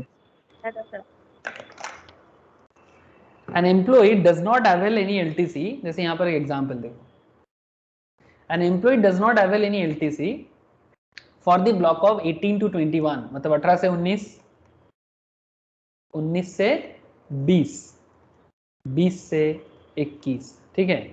तो इस तरह से 18, 19, 20, 21 4 कैलेंडर ईयर खत्म होता है। तो ये जो ब्लॉक ऑफ 18 से 21 है, he is allowed to carry forward maximum 1 unavailed LTC to be used in succeeding block of 22 से लेके 25, ठीक है, 22, 23, 24, 25। तो ये जो 4 साल का गैप में जो होता है 4 कैलेंडर ईयर्स का कॉन्सेप्ट है, मतलब 18 से लेके 21 तक जाएगा, 22 से लेके 25 तक जाएगा, ठीक है, इस तरह का। तो अकॉर्डिंगली मतलब अगर मानो आप 18 से 21 में अवेल नहीं किए तो आप एक एटलीस्ट 1 एलटीसी आप 22 से 25 में ले सकते हो। Accordingly if he avails LTC in April 2022 the same will be treated as having availed in respect of the block of 18 to 21। मतलब अगर आप 2022 के अप्रैल महीने में कोई एलटीसी लेते हो, लीव ट्रैवल लेते हो, तो ये माना जाएगा कि ये 18 से 21 वाला ब्लॉक का है, respect of the block 1821। Therefore he will be eligible for exemption in respect of that journey and 2 more journeys can be further availed in respect of the 22 to 25। मतलब आप समझ रहे सर, 22 से 25 में आपका कितना जर्नी अवेलेबल है, मतलब लीव ट्रैवल कंसेशन 2 है, तो 2 जर्नी तो आपका है ही, 2 जर्नी है, बट अगर आपने 18 to 21 में एक भी अवेलेबल नहीं किया, अनअवेल्ड है आपका, तो फिर 2 के साथ और एक फ्री हो जाएगा। मतलब एक्चुअली पहले नहीं लिया ना, तो इस बार आप 3 जर्नी कर सकते हो। तो पहला जो जर्नी रहेगा अप्रैल, अगर 2022 के अप्रैल में जर्नी करोगे तो सबसे पहले तो 2018 से 21 का जो अनअवेल्ड है उसको पहले कैरी फॉरवर्ड वाला को लिया जाएगा, एडजस्ट किया जाएगा, उसके बाद 22 से 25 में जो करोगे वो अगला जो 2 आपको मिलता है वो आप ले सकते हो। बोलो सर, क्लियर है कि नहीं है? कोई डाउट, कोई मन में शंका हो तो पूछ सकते हो। बोलो sir, any doubt, any problem LTC का कैरी फॉरवर्ड का कॉन्सेप्ट में, एनी प्रॉब्लम सर? बोलो सर बोलो, कुछ भी डाउट है तो अभी पूछ लो, बाद में नहीं होगा, भूल जाओगे।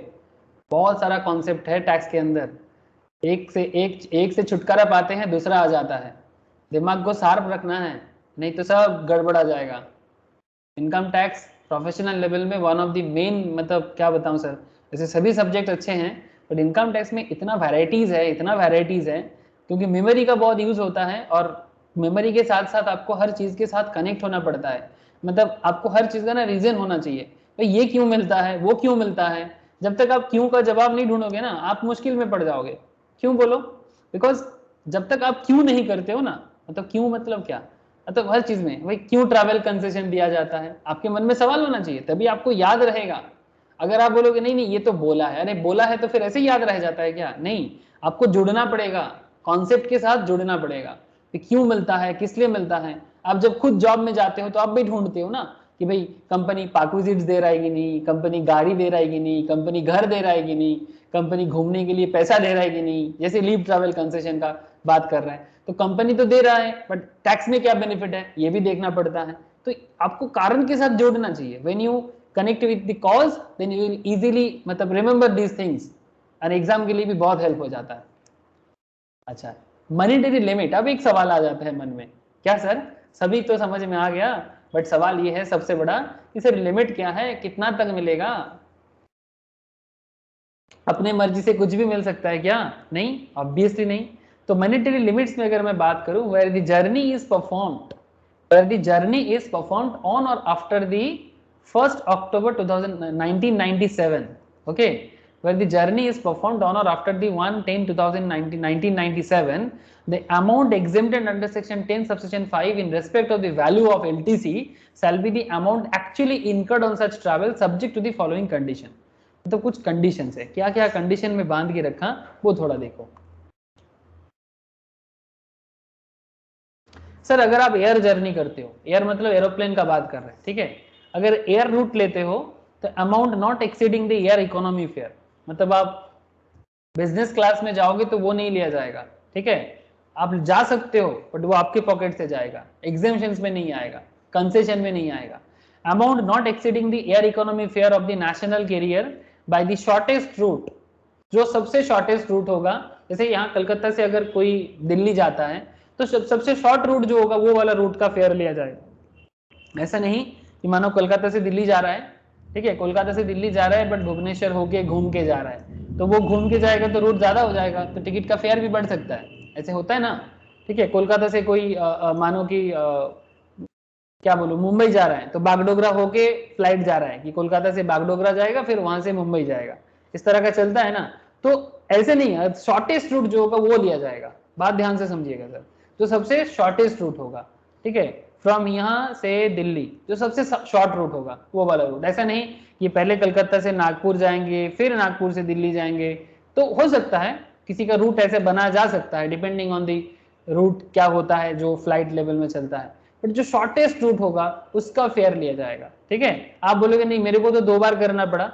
नहीं, टैक्स डिपार्टमेंट क्या बता रहे हैं, इनकम टैक्स वाले, जो शॉर्टेस्ट रूट का फेयर ही हम लोग एग्जेम्पशन के लिए या फिर कंसेशन के लिए मानेंगे।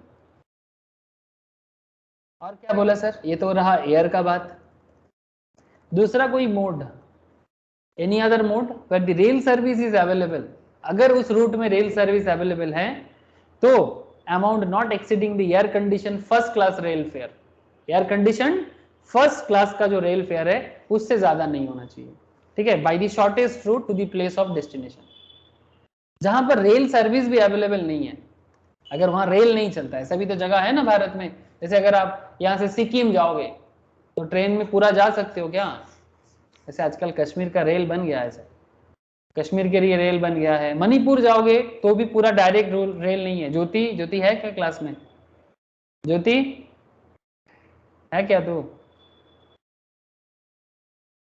अगर किसी को मानो मणिपुर जाना है तो मणिपुर में ऐसे करके ट्रेन पहुंच नहीं रहा है पूरा का पूरा, थोड़ा दूर में मोस्ट प्रोबेबली आसपास में कहीं पर रेल लाइन आया है बट इंपल से थोड़ा दूर है, तो लेकिन बहुत लंबा रास्ता है, तो वो देखा जाएगा शॉर्टेस्ट रूट क्या है।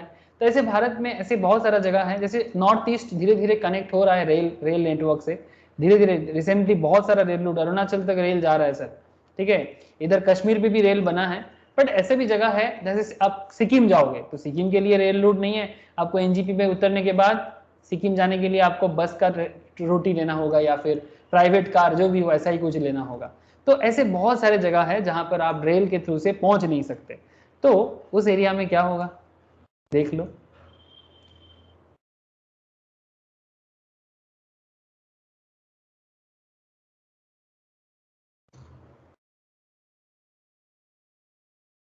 कहाँ चला गया नोट्स,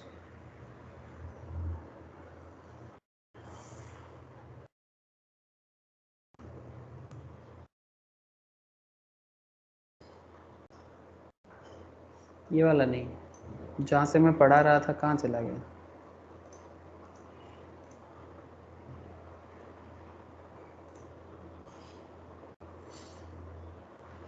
यहीं से पढ़ा रहा था क्या, ये वाला देखो सर, तो जहां पर रेल अवेलेबल नहीं है वहां पर क्या करोगे,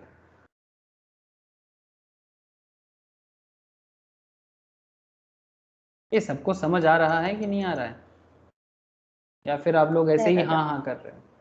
तो जहाँ रेल सर्विस अवेलेबल नहीं है वहाँ क्या करेंगे, रिकॉग्नाइज पब्लिक ट्रांसपोर्ट सिस्टम कुछ तो होगा, तो amount not exceeding the first class और डिलक्स क्लास फेयर, ठीक है, उस पर्टिकुलर रूट में सबसे महंगा जो रूट है, मतलब महंगा जो सिस्टम है फर्स्ट क्लास और deluxe class fare as the case में बी, और such transport by the shortest route to the place of destination.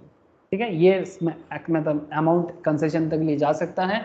और no recognise public transport system में अगर कोई रिकॉग्नाइज पब्लिक ट्रांसपोर्ट नहीं है, सब प्राइवेट सिस्टम में चलता है, तो इसमें भी amount equivalent to the air condition first class rail fare for, मतलब मानो कि हेलीकॉप्टर करके जा रहा है, ठीक है, तो वो भी हो सकता है। बट वही air condition first class rail fare for the distance of the journey by the shortest route as if the journey had been performed by rail. ठीक है, तो ये मान के उनका पूरा हिसाब किताब किया जाएगा। समझ में आ रहा है ऐसा? और एग्जेम्पशन का मतलब क्या है? एग्जेम्पशन का मतलब क्या है ये भी देख लो। एग्जेम्पशन के बारे में भी कुछ मतलब है। The exemption referred to shall not be available to more than 2 surviving children of an individual after 1/10/1998। ठीक है, this restrictive sub rule shall not apply in respect of children born before 1/10/1998। अगर किसी का जन्म 1 अक्टूबर 98 से पहले है, उनके लिए ये अप्लाई नहीं होता है। And also in case of multiple birth after 1 child. Multiple birth after 1 child मतलब एक चाइल्ड हो चुका है, ठीक है, मानो कि एक सन है जो जिसका जन्म हुआ, उसके बाद उनका दो, मतलब मल्टीपल बर्थ को क्या बोलेंगे सर हम लोग? उसको ट्विंस बोलते हैं ना? Yes sir, twins.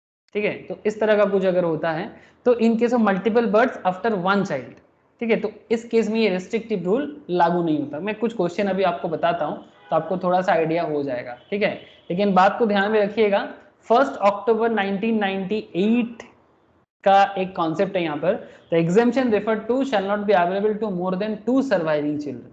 ठीक है, नॉर्मली 2 चिल्ड्रन तक ही मिलता है of an individual after 1/10/1998। but this restrictive sub rule shall not apply in respect of children born before 1/10/1998 and also in case of multiple birth after 1 child। इस case पे भी apply नहीं होता है, बस और कुछ नहीं। अब ये रूल के साथ आपको कुछ क्वेश्चन करेंगे तो समझ में और थोड़ा आ जाएगा। तो चलो देखते हैं क्या कुछ क्वेश्चन है हमारे भंडार में। Question question question question question question. अच्छा ये 9 हो गया था। अच्छा ये 10 मैं बाद में आपको कराता हूँ। ये वैल्यूएशन ऑफ आर्गोजिप्स का एक क्वेश्चन है, ठीक है, ये बाद में कराता हूँ। 11 में क्या है? मोस्ट प्रोबेबली एलटीसी ही है। यस, एलटीसी तो दिख रहा है मुझे।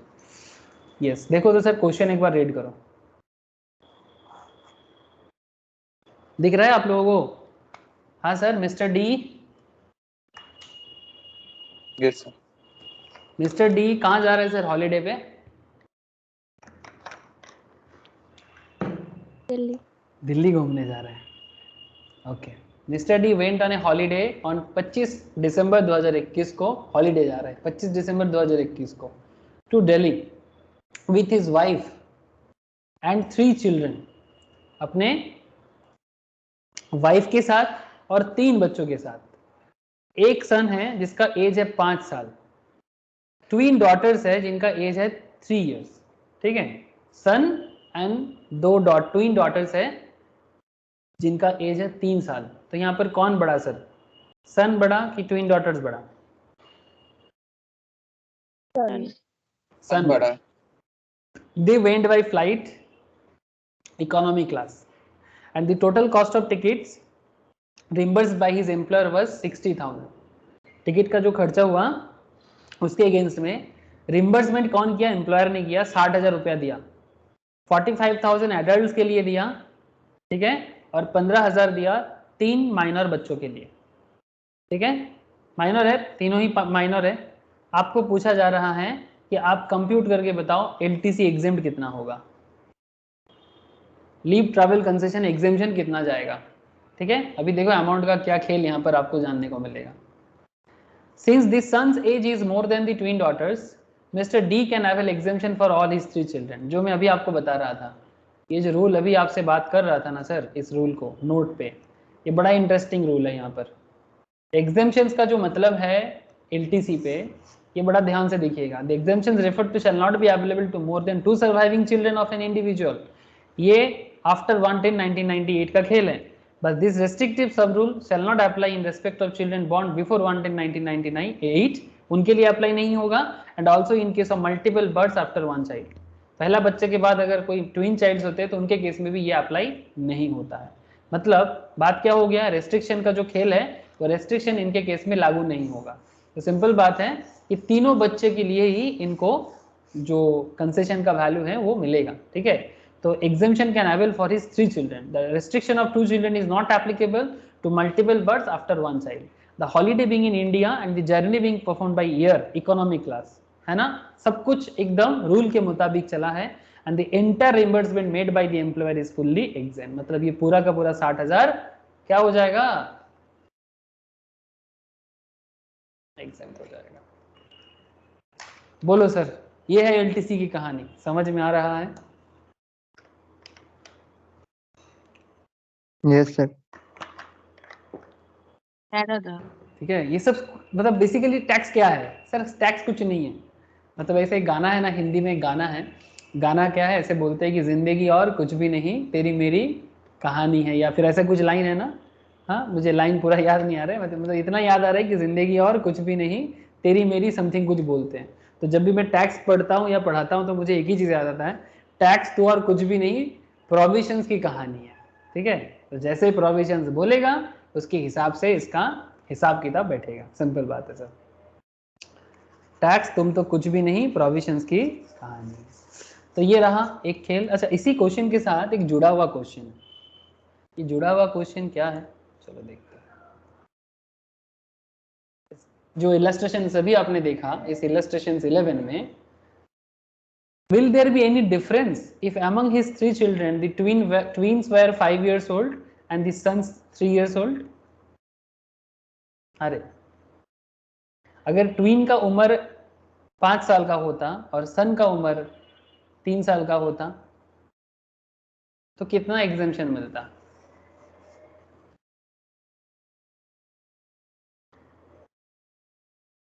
क्या लगता है, बोलो। सिंस, लिखो लिखो सर, कर लो। Since twins age is more than the sun, Mr. D cannot avail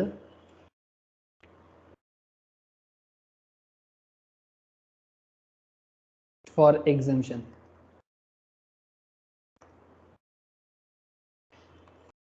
for all his 3 children। मिलेगा क्या 3 चिल्ड्रन के लिए? ना। कितना मिलेगा, कितना मिल जाएगा एलटीसी, बोलो।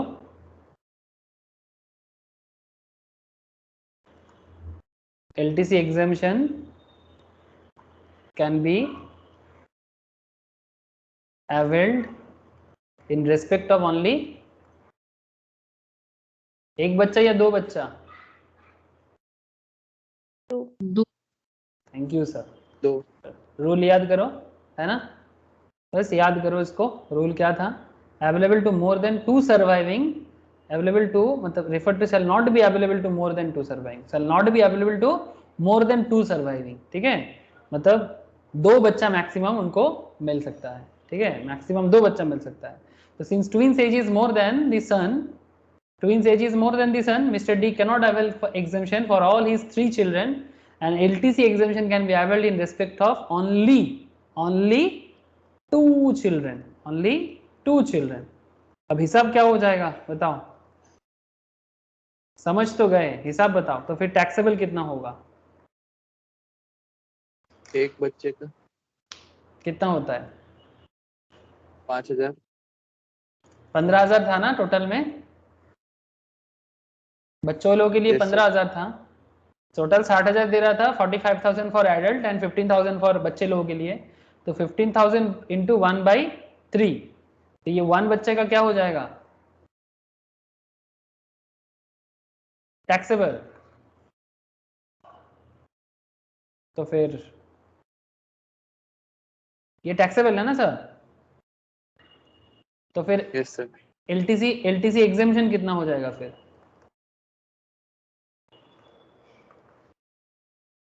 55। एलटीसी टोटल में कितना मिला था? 60। टोटल में मिला था 60,000, है ना, टोटल 60,000 मिला था। और सेकेंड केस में क्या हुआ, इन दिस सेकेंड केस में उनको कितना एग्जाम्पशन मिला, 10,000 का। 5,000 का, 10,000 का एग्जाम्पशन। 5,000 तो, हाँ हाँ तो 10,000 का एग्जाम्पशन, वही तो बोल रहा हूँ, 5,000 तो टैक्सेबल होगा ना। हाँ 5,000 टैक्सेबल है, तो फिर टोटल मिला है 60,000 और 5,000 हो गया लेस टैक्सेबल, 5,000, तो फिर अल्टीमेटली एग्जाम्पशन हो 55,000। गया 55,000। वेरी गुड सर, ठीक है। 60,000 टोटल मिला है उनको, 5,000 उनका टैक्सेबल हो गया, तो अल्टीमेटली एग्जाम्पशन कितना हो गया उनका, 55,000 का। बोलो सर, समझ में कुछ आया? कॉपी कर लो, कॉपी कर लो इसको।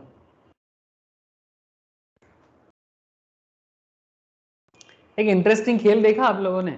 हाँ, किसी के नज़र में आया, किसी को समझ में आया? कोई मुझे बता सकते हो सर कि ये रूल क्यों बनाया गया कि पहला दो बच्चा अगर ट्विंस है तो फिर इस केस में उनका कंसेशन क्यों काटा गया? क्या लॉजिक है इसके पीछे?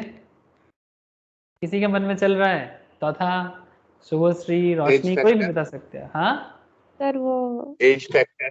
Age factor. बोलो बोलो नहीं, वो शुभश्री, बोलो। हमारे हाथ में नहीं होता है ना। हाँ, हमारे हाथ में नहीं होता है, बट इसके पीछे गवर्नमेंट का एक रूल है एक्चुअली ये। चलो ये हम दो हमारे दो। One thank you. Child policy वाला। Yes sir, actually one child नहीं, हम दो हमारे दो पॉलिसी। एक्चुअली ये हम दो हमारे दो, ये इंदिरा गांधी के टाइम पे ये बड़ा फेमस हुआ था, ठीक है। लेकिन ये रूल तो अप्लाई नहीं हो पाया कि मैक्सिमम दो बच्चा लिया जा, मतलब आप ले सकते हो, इसको ऑफिशियली नहीं बोल पाया, ठीक है। ऑफिशियली बहुत कोशिश किया था, इसके ऊपर बेस करके बहुत कुछ हो गया था इंडियन पॉलिटिक्स में। हम दो हमारे दो, वेरी गुड चौथा, चौथा पकड़ लिया। मैं यही सोच रहा था किसी के मन में तो चलेगा बात कि अगर तुम्हारा स्टार्टिंग में ही दो बच्चा हो जा रहा है तो फिर तुम तीसरा बच्चा क्यों ले रहे हो भाई? ये किसी के हाथ में नहीं होता, ट्विंस किसी के हाथ में थोड़ी है, ठीक है। ट्विंस होगा ये किसी के हाथ में, किसी को नहीं पता, है ना, कोष का विभाजन के ऊपर बेस करके होता है, ठीक है। ये हमारे हाथ में नहीं, सब ऊपर वाले के हाथ में। अब आपको ट्विंस हो गया तो फिर आप थर्ड चाइल्ड क्यों ले रहे हो? वाई? हाँ, अब वो क्या करते हैं ना, हमारे देश में लड़की होता है ना, ये बड़ा बेकार का प्रैक्टिस है एक, ठीक है। लड़की होता है तो फिर लड़का चाहिए कर करके और एक ले लेता है, मतलब जरूरत नहीं है ना।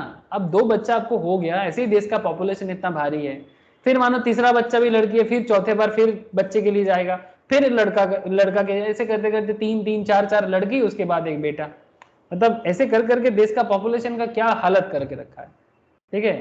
आप समझ रहे हो ना? तो ये एक्चुअली ये हम दो हमारे दो का कॉन्सेप्ट है कि पहले दो बच्चा अगर हो गया तो फिर तीसरे बच्चे के टाइम पे आपको इतना छूट नहीं दिया जा सकता। बट हाँ, अगर पहला बच्चा था, तीसरे केस में आपको ट्विंस हो गया, ये किसी को नहीं पता, तो इन दैट केस आपको टोटल में ही मिल जाएगा, आपको टोटल कंसेशन ही मिल जाएगा। ओके, एलटीसी क्लियर है? बोलो। Yes sir. ओके सर, तो ये था लीव ट्रैवल कंसेशन की कहानी।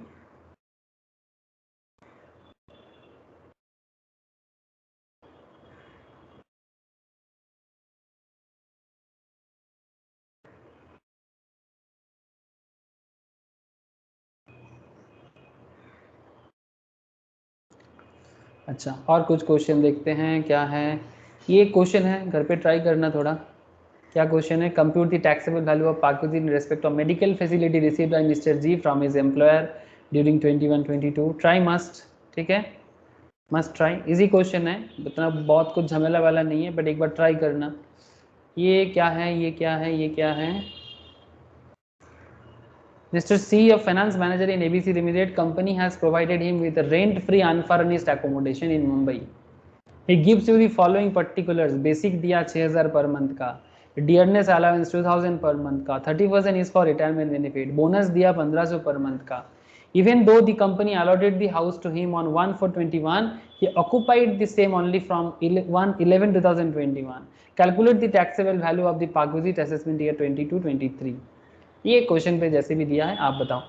तो बेसिकली ये क्या क्वेश्चन है? ये रेंट फ्री अनफर्निश्ड एकोमोडेशन का क्वेश्चन है, आरएफए का क्वेश्चन है। आप लोगों ने देखा ना, एकदम स्टार्टिंग में ही मैं आप लोगों को आरएफए के बारे में पढ़ा था है ना सर, एकदम स्टार्टिंग में। तो मैंने क्वेश्चन नहीं कराया, तो मैं सोचा एक बार आरएफए का क्वेश्चन भी आज करा देता हूँ आपको। बोलो, करोगे इसको ट्राई? क्या बोलते हो? Yes sir. चलो ट्राई करो सर। सभी कोई ट्राई करोगे कि नहीं? बोलो सर, हाँ ना बोलो। सुबह शिवम का हाँ निकला मुंह से, बाकी लोगों का भी हाँ ना सुनना चाहता हूँ। ओके चलो ट्राई करो। कितना टैक्सेबल पार्क्स होगा और कितना नहीं। आरएफए क्या होता है? आरएफए पार्क्स होते हैं।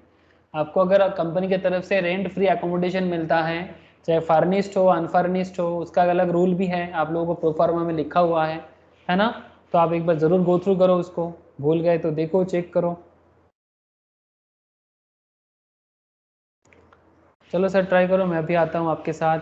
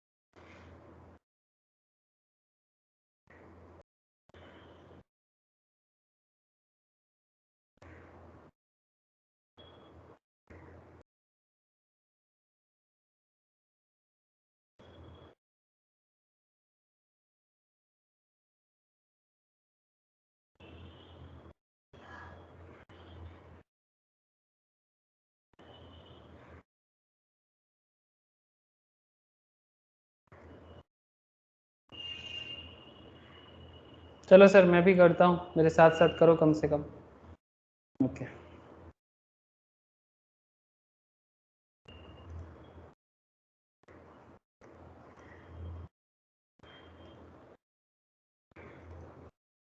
जिन लोगों ने अभी भी चालू नहीं किया,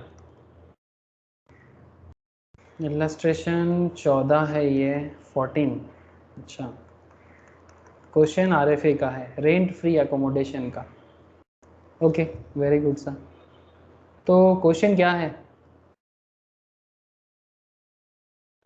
Mr. C, a finance manager in ABC Limited, the company has provided him with a rent-free unfurnished accommodation in Mumbai. He gives you the following particulars. Basic दिया है, डीए दिया है, बोनस दिया है, ठीक है? तो चलो क्या करें इसको। Company allotted the house on 1 अप्रैल 21 को एंड उन्होंने ऑक्यूपाई किया 1 नवंबर 2021 को। जस्ट आपको पूछा है तो पैकोजिट्स क्या होगा assessment year 22-23, previous year 22-21-22। Rule याद है आरएफए का? कॉपी ओपन करो, देखो क्या रूल है। तो वैल्यू ऑफ रेंट फ्री, अच्छा ये फार्निस्ड है कि अनफर्निस्ड है? अनफर्निश्ड है, फर्निश्ड। अनफर्निस्ड है, okay. Value of rent free unfurnished accommodation, ये कंपनी अपने एम्प्लॉय को, मतलब एम्प्लॉयर अपने एम्प्लॉय को प्रोवाइड कर रहा है। तो इसका रूल क्या है सर? याद करो तो 15% of the salary, 15% of salary for the relevant period. Check करो एक बार, कॉपी लिखा हुआ है प्रोफार्मा के अंदर, salary for the relevant period उसका 15%, ये है रूल। तो 15% salary for the relevant period क्या होगा? 15% ऑफ, कैसे कैलकुलेट करोगे? हाँ, ये सैलरी कैसे कैलकुलेट करोगे रेलिवेंट पीरियड का? देखो बेसिक है 6000, डीए है 2000, 30% इज फॉर आरबी मतलब रिटायरमेंट बेनिफिट इसके अंदर है, ठीक है। अच्छा बोनस बोला है 1500। कंपनी ने घर अलॉट किया 1 अप्रैल को, बट उसने ऑक्यूपाई किया 1 नवंबर को। तो क्या करना चाहिए? अप्रैल से लेना चाहिए कि नवंबर से लेना चाहिए? क्या कहते हो? नवंबर से लेंगे, 5 महीने लेंगे क्योंकि उतने जितना दिन तो दिन, रहा ही नहीं। वेरी गुड सर, जितना दिन वो रहेगा उतने हिसाब से होना चाहिए। तो 15% का, 15% ऑफ सैलरी जब कैलकुलेट करेंगे तो 6000 का बेसिक्स है ना? तो तो 6000 का, अच्छा कितना महीना होता है नवंबर से मार्च का? नवंबर टू मार्च कितना दिन होता है सर, कितना महीना होता है? 5 महीना, 5 महीना। नवंबर टू मार्च 5 मंथ्स होता है ना, तो 6000 इंटू 5 कर दो, ठीक है, प्लस अच्छा इसका क्या करें डीए का, डीए 2000 बोला है और उसका 30% आरबी बोला है, तो ये आरबी पार्ट लेना है सर, रिटायरमेंट बेनिफिट वाला पार्ट लेना है। मैं आज आपको आरएफए का भी दिखाता हूँ एक बार, सैलरी का मतलब, तो 2000 इंटू 30% इंटू 5 मंथ्स का, और बोनस भी है ना, बोनस भी है 1500 का। क्या बोला बोनस के बारे में सर? बोनस बोला है 1500 पर मंथ। मैक्सिमम केस में आप क्वेश्चन में देखना बोनस का कोई मंथली नहीं बोलता है ना, बट इस केस में मंथली बोनस बोला है, ठीक है, हो सकता है कंपनी का पॉलिसी। नॉर्मली आप देखना, नॉर्मली क्वेश्चन में बोनस में पर मंथ नहीं बोलता है, बोनस नॉर्मली एक ही बार दिया जाता है साल में, तो अगर पर मंथ नहीं बोलता है तो आप मंथ जबरदस्ती ऐड मत कीजिएगा, ठीक है, तब उसको मान के चलिए कि एनुअल बोनस है। बट अगर क्वेश्चन में पर मंथ बोला है तो आपको क्या करना चाहिए, अगर क्वेश्चन पर मंथ बोला है तो आप भी उसको पर मंथ ही मानोगे ना। हाँ सर, इंटू 12। 1500 इंटू 5, 12 क्यों करेंगे? 12। नहीं मैं बोल रहा हूँ 12 क्यों करेंगे, वो तो 5 महीना ही घर हाँ ऑक्यूपाई कर रहे हैं ना, बात नहीं समझे सर सर? 6075 आंसर है क्या? देखना पड़ेगा, रुक। अच्छा ये 6000 इंटू 5 का 30,000 होता है, 30,000, और इसका कितना हो गया 2000 का 30% इंटू 5 कितना हो गया 3000 2000 का इंटू 30% इंटू 5 600, 600 कितना इंटू 5, 3000, 3000। 3000, इधर हो गया 30,000, और इधर 15 से इंटू 5, 7500। तो कुल मिला के क्या 40,500 आएगा क्या यस सर। टोटल, टोटल करके? This is 30,000, this is 2000 into 5, 10,000, 10,000 का 30%, 3,000, 3,000, और इसका हो जाता है 1505, 1550, 7,500, 7,500, तो 30, 37,500, 40,500, 40,500, यस। इस 40,500 का 15% करना, हाँ 15% कर दिया। तो 15% ऑफ 40,500 ये हो जाता है आपका 6075। सर ये जो रूल मैं यूज कर रहा हूँ आरएफए का, ये एज पर आरएफए का प्रोविजंस, अगर आप लोगों के पास कॉपी में देखो सभी का है, कॉपी चेक करो, आरएफए का पूरा डिटेल्स आपको लिखा हुआ है कि आरएफए में क्या होता है। तो 15% ऑफ 40,500 दैट इज 6075, ठीक है, ये अमाउंट होता है valuation of the rent free unfurnished accommodation का। इसके नीचे एक नोट लिख लो कि हम लोगों ने यहाँ पर 5 क्यों यूज किया, 12 महीना यूज करना चाहिए नॉर्मली, बट 5 क्यों यूज किए, बिकॉज उसका ऑक्यूपेशन 5 महीने का है। तो नोट में दे दो sir, since Mr. C occupies the house only from 1/11/21, and we have to include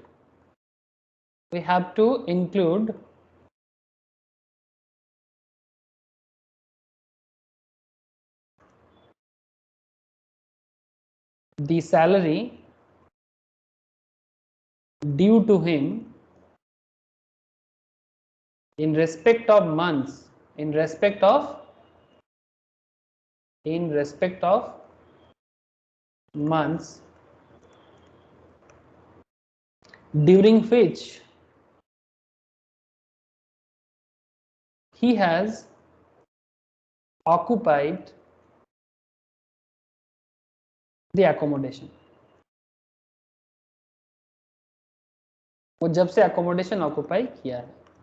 hence salary for 5 months, 5 months कैसे, नवंबर से लेके, मतलब नवंबर, दिसंबर, जनवरी, फरवरी एंड मार्च, इसीलिए मार्च ईयर एंड हो गया, तो 1 2 3 4 5, दैट्स वाई 5 मंथ्स, ठीक है। Salary for 5 months will be considered, will be समझ में आया सर? उसको ऑक्यूपेशन से लेकर, मतलब वो जब से वो ऑक्यूपाई किया है उससे लेना पड़ेगा, विल बी कंसीडर्ड। तो आपका valuation of rent free accommodation कितना हो गया? 15% of the salary for the relevant period. Simple सा था, ठीक है। तो जो हुआ उसका जवाब हुआ सर 6075। आपको यही पूछा गया था क्वेश्चन में। Calculate the taxable value of the perquisites, मतलब कंपनी के तरफ से जो रेंट फ्री घर आपको मिला उसका क्या वैल्यूएशन होना चाहिए, ये टैक्सेबल है सर। ये जो वैल्यूएशन आया 6075, ये आपका टोटल सैलरी शीट में आरएफए के नाम पे ऐड हो जाएगा। बोलो सर, क्लियर है?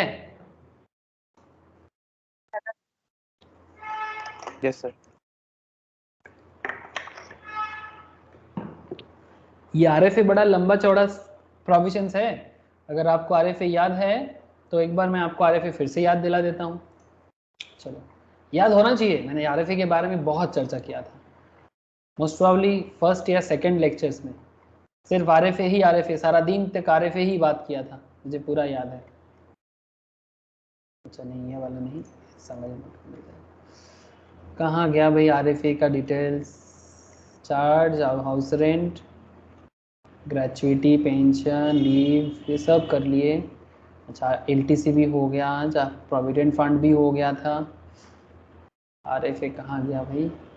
ये रहा, रेंट फ्री रेजिडेंशियल अकोमोडेशन, ठीक है। अच्छा एक बात मुझे याद आ गया, ये जो हमारा meaning of salary, meaning of salary में एक बार मुझे जाना चाहिए। मीनिंग ऑफ सैलरी में आरएफए के बारे में क्या बोला है? देखो, rent free accommodation and concessional accommodation, मतलब जब कंपनी के तरफ से आपको रेंट फ्री एकोमोडेशन मिलता है या कंसेशनल एकोमोडेशन मिलता है, तो इन दैट केस जब सैलरी का कैलकुलेशन करोगे ना, तो उसमें क्या क्या आना चाहिए? ऑल पे, अलाउंसेस, बोनस, कमीशन और any monetary payment by whatever name called. समझ में आया सर? इससे पहले आप लोग ग्रेचुइटी किए हो, पेंशन किए हो, है ना, लीव सैलरी किए हो, एचआरए किए हो, प्रोविडेंट फंड भी पढ़े किए हो। इन दैट केस आपका मैक्सिमम केस में क्या था, बहुत क्वेश्चन करके आया आप लोग, बेसिक, डीए, कॉट, ऐसा आता था, ठीक है। और जो ये वाला केस है ग्रेचुइटी के केस में, जो payment of gratuity act cover करता है, उसके केस में सिर्फ बेसिक होता है एंड डियरनेस अलाउंस नॉर्मल वाला होता है। बट बाकी केसेस में basic plus DA plus COT होता है, specially in case of gratuity, leave encashment, house rent allowance, recognised provident fund, voluntary retirement compensation, ऐसे केसेस में। बट अभी मैं आपसे बात कर रहा हूँ सर रेंट फ्री अकोमोडेशन, जिसके बारे में अभी मैं चर्चा चला रहा हूँ आपके साथ। तो रेंट फ्री अकोमोडेशन के केस में सैलरी का जब भी मतलब पूछेगा, ऐसे यहाँ पर था ना 15% ऑफ सैलरी, तो सैलरी में क्या क्या इंक्लूड होता है, आपके लिए बहुत ही बड़ा क्वेश्चन है ये, ठीक है, कि सैलरी में आप क्या क्या ऐड करोगे। तो ऑल पे, अलाउंसेस, बोनस और कमीशन और any monetary payment by whatever name called. इसके अंदर क्या नहीं आता है sir? Exclude DA not forming part of competition और सुपर एनुएशन और रिटायरमेंट बेनिफिट, ठीक है। डीए जो रिटायरमेंट बेनिफिट का पार्ट नहीं है वो नहीं आता, ठीक है। जो रिटायरमेंट बेनिफिट है वो आएगा, ठीक है, जैसे हम लोग अभी लिया ना, रिटायरमेंट बेनिफिट वाला लिया, DA not forming part of retirement benefit, उसको नहीं लेना है, मतलब सिंपल जो डीए है वो नहीं लेना है। Employer's contribution to the provident fund account of the employee नहीं लेना है, लंबा लिस्ट है। Allowance which are exempted from payment of tax नहीं लेना है। Value of the perquisite specified in section 17 subsection 2 नहीं लेना है। एनी पेमेंट और expenditure specifically excluded under the provision of section 17 subsection 2, जैसे कि payment of medical insurance premium, specified premium, इस तरह का। Lump sum payment received on the time of termination of service or superannuation or voluntary retirement like gratuity, leave encashment, voluntary retirement benefits, computation of pension, similar payment, ये सबको include करके salary नहीं करना है, ठीक है सर? बोलो, याद रहेगा कि नहीं रहेगा? जब आरएफए कैलकुलेट करोगे तो नॉर्मली ऑल पे, अलाउंसेस, बोनस, कमीशन आता है, हर तरह का मॉनेटरी बेनिफिट, मतलब any monetary payment by whatever name called. But उसमें क्या क्या नहीं आएगा, बस आपको वो याद रखना है। रखोगे ना? अरे क्या बोलते हो, रखोगे ना? Yes sir. अगर नहीं रखोगे तो गंडगोल हो जाएगा, तो गंडगोल नहीं करना है, ठीक है। अच्छा ये देखो, रेंट फ्री अकोमोडेशन का ऐसे तो आप लोगों के पास कॉपी में बड़ा अच्छे से लिखा हुआ है, अगर आप समरी नोट्स में भी देखोगे तो वहाँ पर भी आपको मिल जाएगा कि भाई रेंट फ्री अकोमोडेशन में अगर आप गवर्नमेंट एम्प्लॉय हो, ठीक है, तो licence fee determined as per government rules as reduced by rent actually paid by the employee, value determined under column C, 10% per annum of the furniture cost, ये add हो जाता है, ठीक है। However, अगर फर्नीचर हायर्ड है then hire charges या payable paid should be added, ठीक है। और अगर कोई भी अमाउंट एम्प्लॉय से रिकवर किया जाता है तो उसको माइनस किया जाता है। जहां पर accommodation is owned by employer, अगर एकोमोडेशन एम्प्लॉयर का है तो लोकेशन कहाँ है वो चेक करना जाता है सर, याद है ना, 25 लाख से ज्यादा बड़ा सिटी, ठीक है, the city is having a population of greater than 25 lakh. इसमें नॉर्मली कौन कौन सिटी आ जाएगा, दिल्ली, कलकत्ता, मुंबई, चेन्नई, बेंगलोर, हैदराबाद, इस तरह का सिटीज इसमें आता है, जिसमें परक्विजिट वैल्यू क्या होता है 15% ऑफ सैलरी, ठीक है। तो ये नॉन गवर्नमेंट एम्प्लॉय के लिए value determine under column C, ठीक है, and added 10% of the furniture cost, अगर फर्नीचर है तो 10% ऐड करोगे। हाउएवर अगर फर्नीचर हायर किया जा रहा है तो जो चार्जेस हायर का लग रहा है, मतलब भाड़े पे लिया जा रहा है, तो वो, और अगर कोई भी अमाउंट एम्प्लॉय से रिकवर करता है तो उसको हमेशा माइनस करते हैं, तो वो माइनस कर दीजिएगा।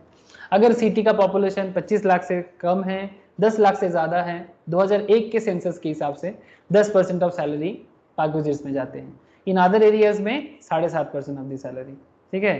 तो इस तरह का पूरा केस था कि जहाँ एकोमोडेशन किसका था, ये पूरा का पूरा खेल में एकोमोडेशन किसका है, ये ओन बाय एम्प्लॉयर का एकोमोडेशन है। ओन बाय एम्प्लॉयर मतलब जो आपको नौकरी दे रहा है तो उसका खुद का एकोमोडेशन है, ठीक है। और ये ऊपर वाला केस में क्या था, गवर्नमेंट एम्प्लॉय, ठीक है, ये ऊपर वाला केस में क्या था, पॉइंट 1 में अनफर्निश्ड एकोमोडेशन है, licence fee determine as per government rules as reduced by the rent actually paid by the employ, government employ के केस में, ठीक है। तो ये सब अनफर्निश्ड है। अनफर्निश्ड एकोमोडेशन अगर होगा तो उसके लिए ऐसे, अगर फर्निश्ड हो जाए तो फर्निश्ड के केस में बस याद रखिएगा 10% ऐड हो जाता है, अगर हायर का किया जाता है तो वो हायर चार्जेस भी ऐड किया जाता है, तो उस केस में हायर चार्जेस भी ऐड हो जाएगा। तो आगे ऐसे काफी सारा क्वेश्चंस है आपके लिए, तो बस एक बार आरएफए को ना क्या करना है, मैं फिर से आरएफए और नहीं बहुत डिटेल से आरएफए का मैं क्लास में चर्चा करके रखा, तो जस्ट मेरा आपको रिक्वेस्ट है कि आप लोग आरएफए को फिर से एक बार, अगर हो सके तो आरएफए वाला क्लास लो मेरे से, एक बार पूरा आरएफए को फिर से सुनो, ठीक है, या फिर कॉपी में लिखा हुआ है पढ़ो फिर से, फिर आरएफए का क्वेश्चन सॉल्व करो। आप देखो कि आरएफए आपको एकदम सुपर पानी की तरह लगेगा, मतलब कुछ नहीं है ऐसा फीलिंग आएगा। अच्छा ये है, आराम से सॉल्व कर लोगे।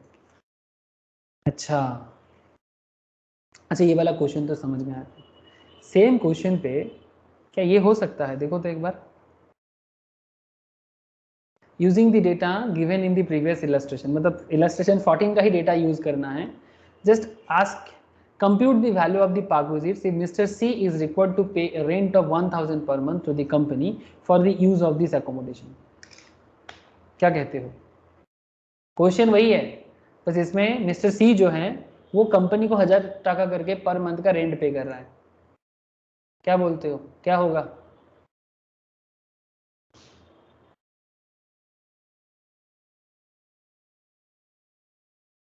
क्या कहते हो,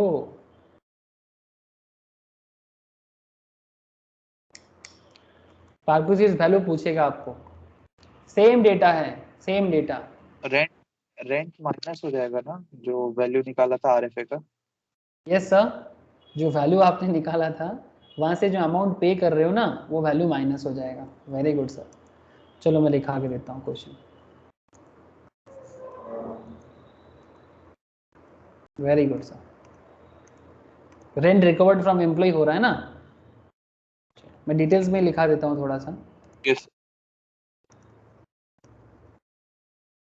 15 आरएफए जो क्वेश्चन चल रहा है उसी क्वेश्चन का पार्ट है।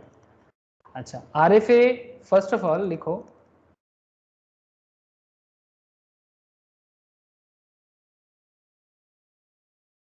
we have to see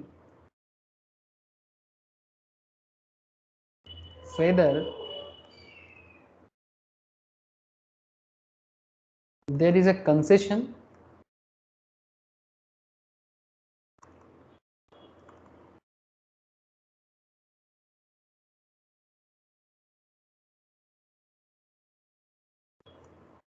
in the matter of rent। हाँ we have to पर की लिखा sir, we have to see we have to see whether there is a concession in the matter of rent, क्या rent में कोई concession है, in the case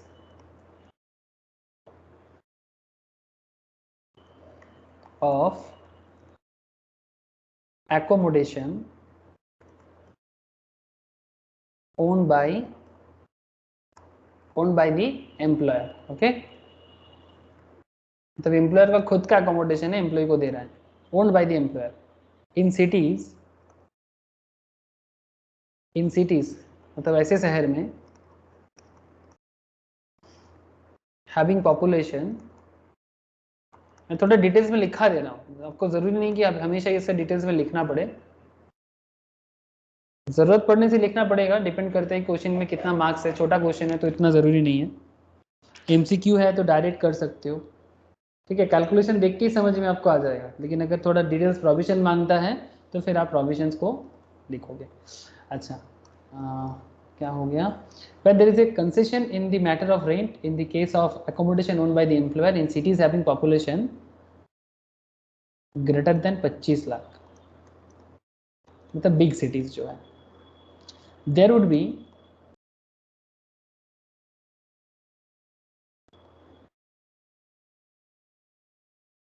deemed to be a concession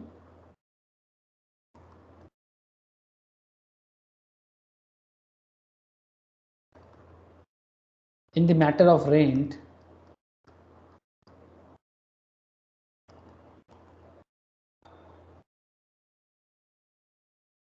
if 15% of salary exceeds, अगर 15% of salary का जो हिसाब है ना सर, ये अगर एक्सीड करता है रेंट रिकवरेबल फ्रॉम एम्प्लॉय, मतलब एम्प्लॉय से उससे ज़्यादा रेंट लिया जा रहा है, रिकवरेबल फ्रॉम द एम्प्लॉय, तब उसमें कंसेशन मिल जाता है, मतलब एम्प्लॉय से आप ज़्यादा रेंट ले रहे हो 15% ऑफ सैलरी के से भी ज़्यादा, ठीक है, तो in that case rent recoverable from the employ. तो इन दिस केस, हमारे इस केस में क्या हुआ, तो ऑन दैट केस कंसेशन देता है, बट हमारे इस केस में क्या हुआ है, in this case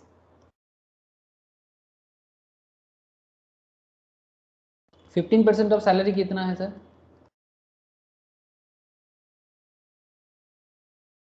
15% of salary कितना है, आप लोग ऑलरेडी कैलकुलेट कर चुके हैं, 6075, वेरी गुड सर, मतलब जिसको हम लोग कैलकुलेट किए ना 15% of 40,500, the rent paid by the employ, employ ने कितना रेंट पे किया,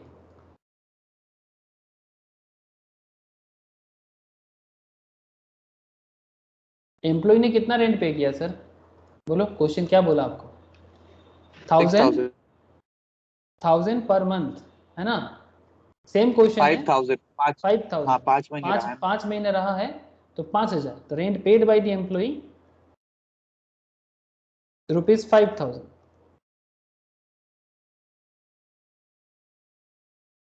तो 1000 करके 5 महीने का, okay, since 15% of salary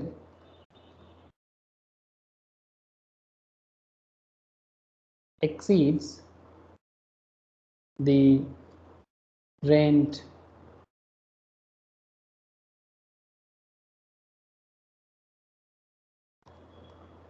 recovered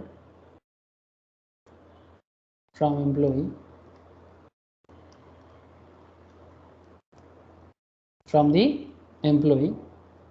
there is a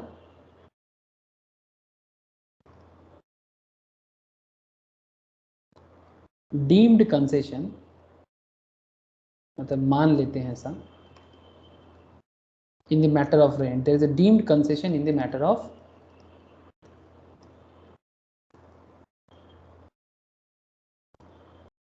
rent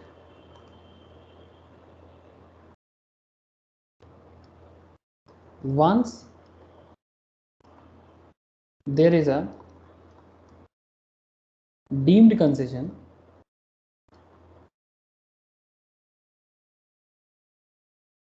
the provision of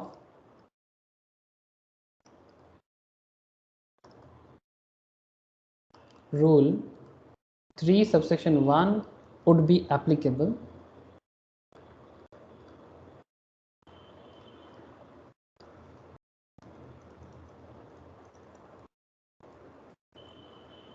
in computing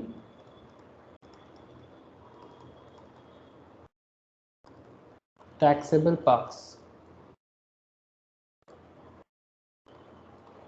या perquisites जो भी बोलो। तो खेल क्या हो जाएगा, तो आपके पास तो आपको पता ही है value of rent free unfurnished accommodation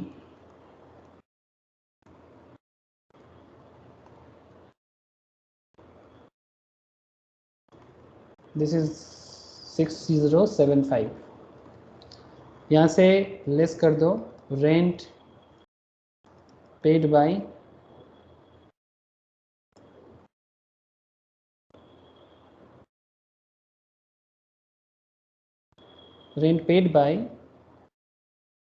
employ, कितना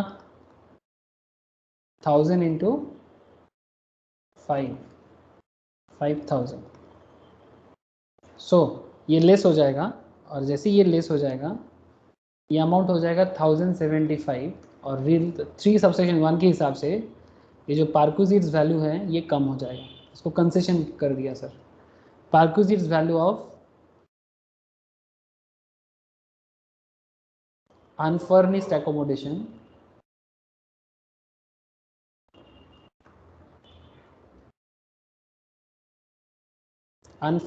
accommodation given at a concessional rate।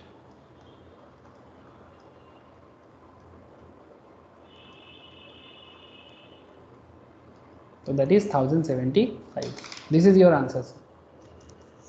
क्योंकि ये 5000 रिकवर हुआ है एम्प्लॉय से, सिंपल बात है, तो ये कंसेशन ऑटोमेटिक है बिकॉज वो ऑलरेडी पेमेंट कर रहा है। तो फिर अगर आपको पार्क्विजिट से अगर आपसे भी कुछ अमाउंट रिकवर हो जाता है तो वो तो आपको ऐसे ही आप पेमेंट कर रहे हो, तो फिर बाकी अमाउंट आपका क्या हो जाएगा, टैक्सेबल पार्क्स होगा।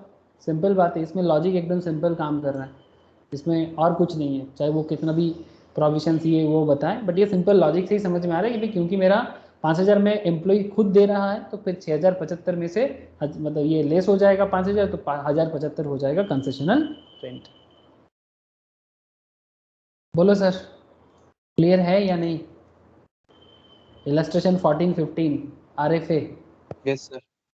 सभी को पूछ रहा हूँ, बोलो क्लियर हुआ कि नहीं हुआ?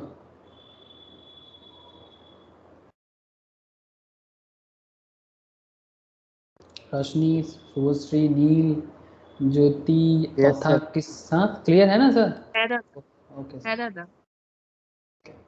आगे सर क्या करना है, काफ़ी सारा क्वेश्चंस है इसके अंदर 16, ठीक है। This is also RFA, same question के साथ जुड़ा हुआ है। ट्राई करना सर, ट्राई करके मुझे बताना, मैं फिर आंसर शेयर करूंगा आप लोगों से। मस्ट ट्राई, आज ही करना, ठीक है। सेम क्वेश्चन है, पहले घर में ट्राई करो, उसके बाद मेरे को बताओ कि क्या किया, फिर मैं आपको ओरिजिनल आंसर शेयर करूंगा, जस्ट चेक कर लेना। सिमिलरली इलस्ट्रेशन 17 भी वैसा ही है, ठीक है। ये भी फर्निश्ड अनफर्निश्ड एकोमोडेशन, लेकिन पहले रूल्स को अच्छे से घर में पढ़ना, ठीक है, तभी जाके आपका आंसर सही निकलेगा। और इलस्ट्रेशन 18 ये भी उसी से जुड़ा हुआ है, ठीक है। ये अप टू इलस्ट्रेशन 18 तक तो पूरा का पूरा RFA का ही क्वेश्चन है, उसके बाद जाके आपको दूसरा क्वेश्चन मिलेगा। ट्राई करना बाकी क्वेश्चन भी।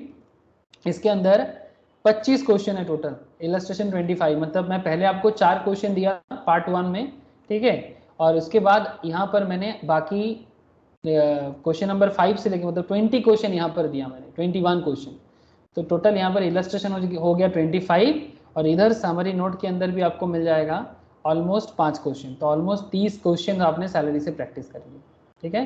तो पहले जो जो आप कर सकते हो ट्राई करो, ठीक है, जो जो क्वेश्चन आप ट्राई कर सकते हो ट्राई करो, ठीक है। समरी नोट को अच्छे से पढ़ो, जो जो कॉपी में लिखा है उसको अच्छे से करो, ठीक है। और जो क्वेश्चन मैं अभी दे रहा हूँ आप लोग, पहले RFA का क्वेश्चन तो मस्ट ट्राई है, ठीक है। बाकी जो जो क्वेश्चन आपसे हो पाता है ट्राई मस्ट, मैं कल के क्लास में बाकी चर्चा करता हूँ। और कल एक चीज़ मैं ज़रूर करूँगा, एक रिलीफ के बारे में बात करूँगा जो मैंने अभी नहीं कर पाया, रिलीफ 89 के बारे में। और मैं सेक्शन पूरा का पूरा सैलरी कंप्लीट एक क्वेश्चन लूँगा जिसमें आपको सारा का सारा ऑलमोस्ट मैक्सिमम पॉइंट्स कवर करके एक कंप्लीट सैलरी क्वेश्चन कैसे होता है या हो सकता है उसका एक आइडिया आपको लग जाएगा, ठीक है सर? ओके है दादा। ओके नंदिनी बॉल, आज के एकदम 7:30 करीस नहीं।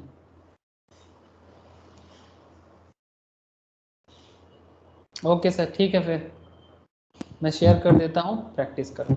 ओके नंदिनी, ठीक है, साउंड इशू है, नेटवर्क इशू होगा, ठीक है, समझ रहा हूँ, तो कोशिश कर रहे हैं, माइक्रोफोन इशू लग रहा है। अच्छा ठीक है सर, फिर बाय आज। Okay tata. भाई सर। वैसे bye sir, bye Right, sir. Bye sir. रखिए सर। ओके दादा।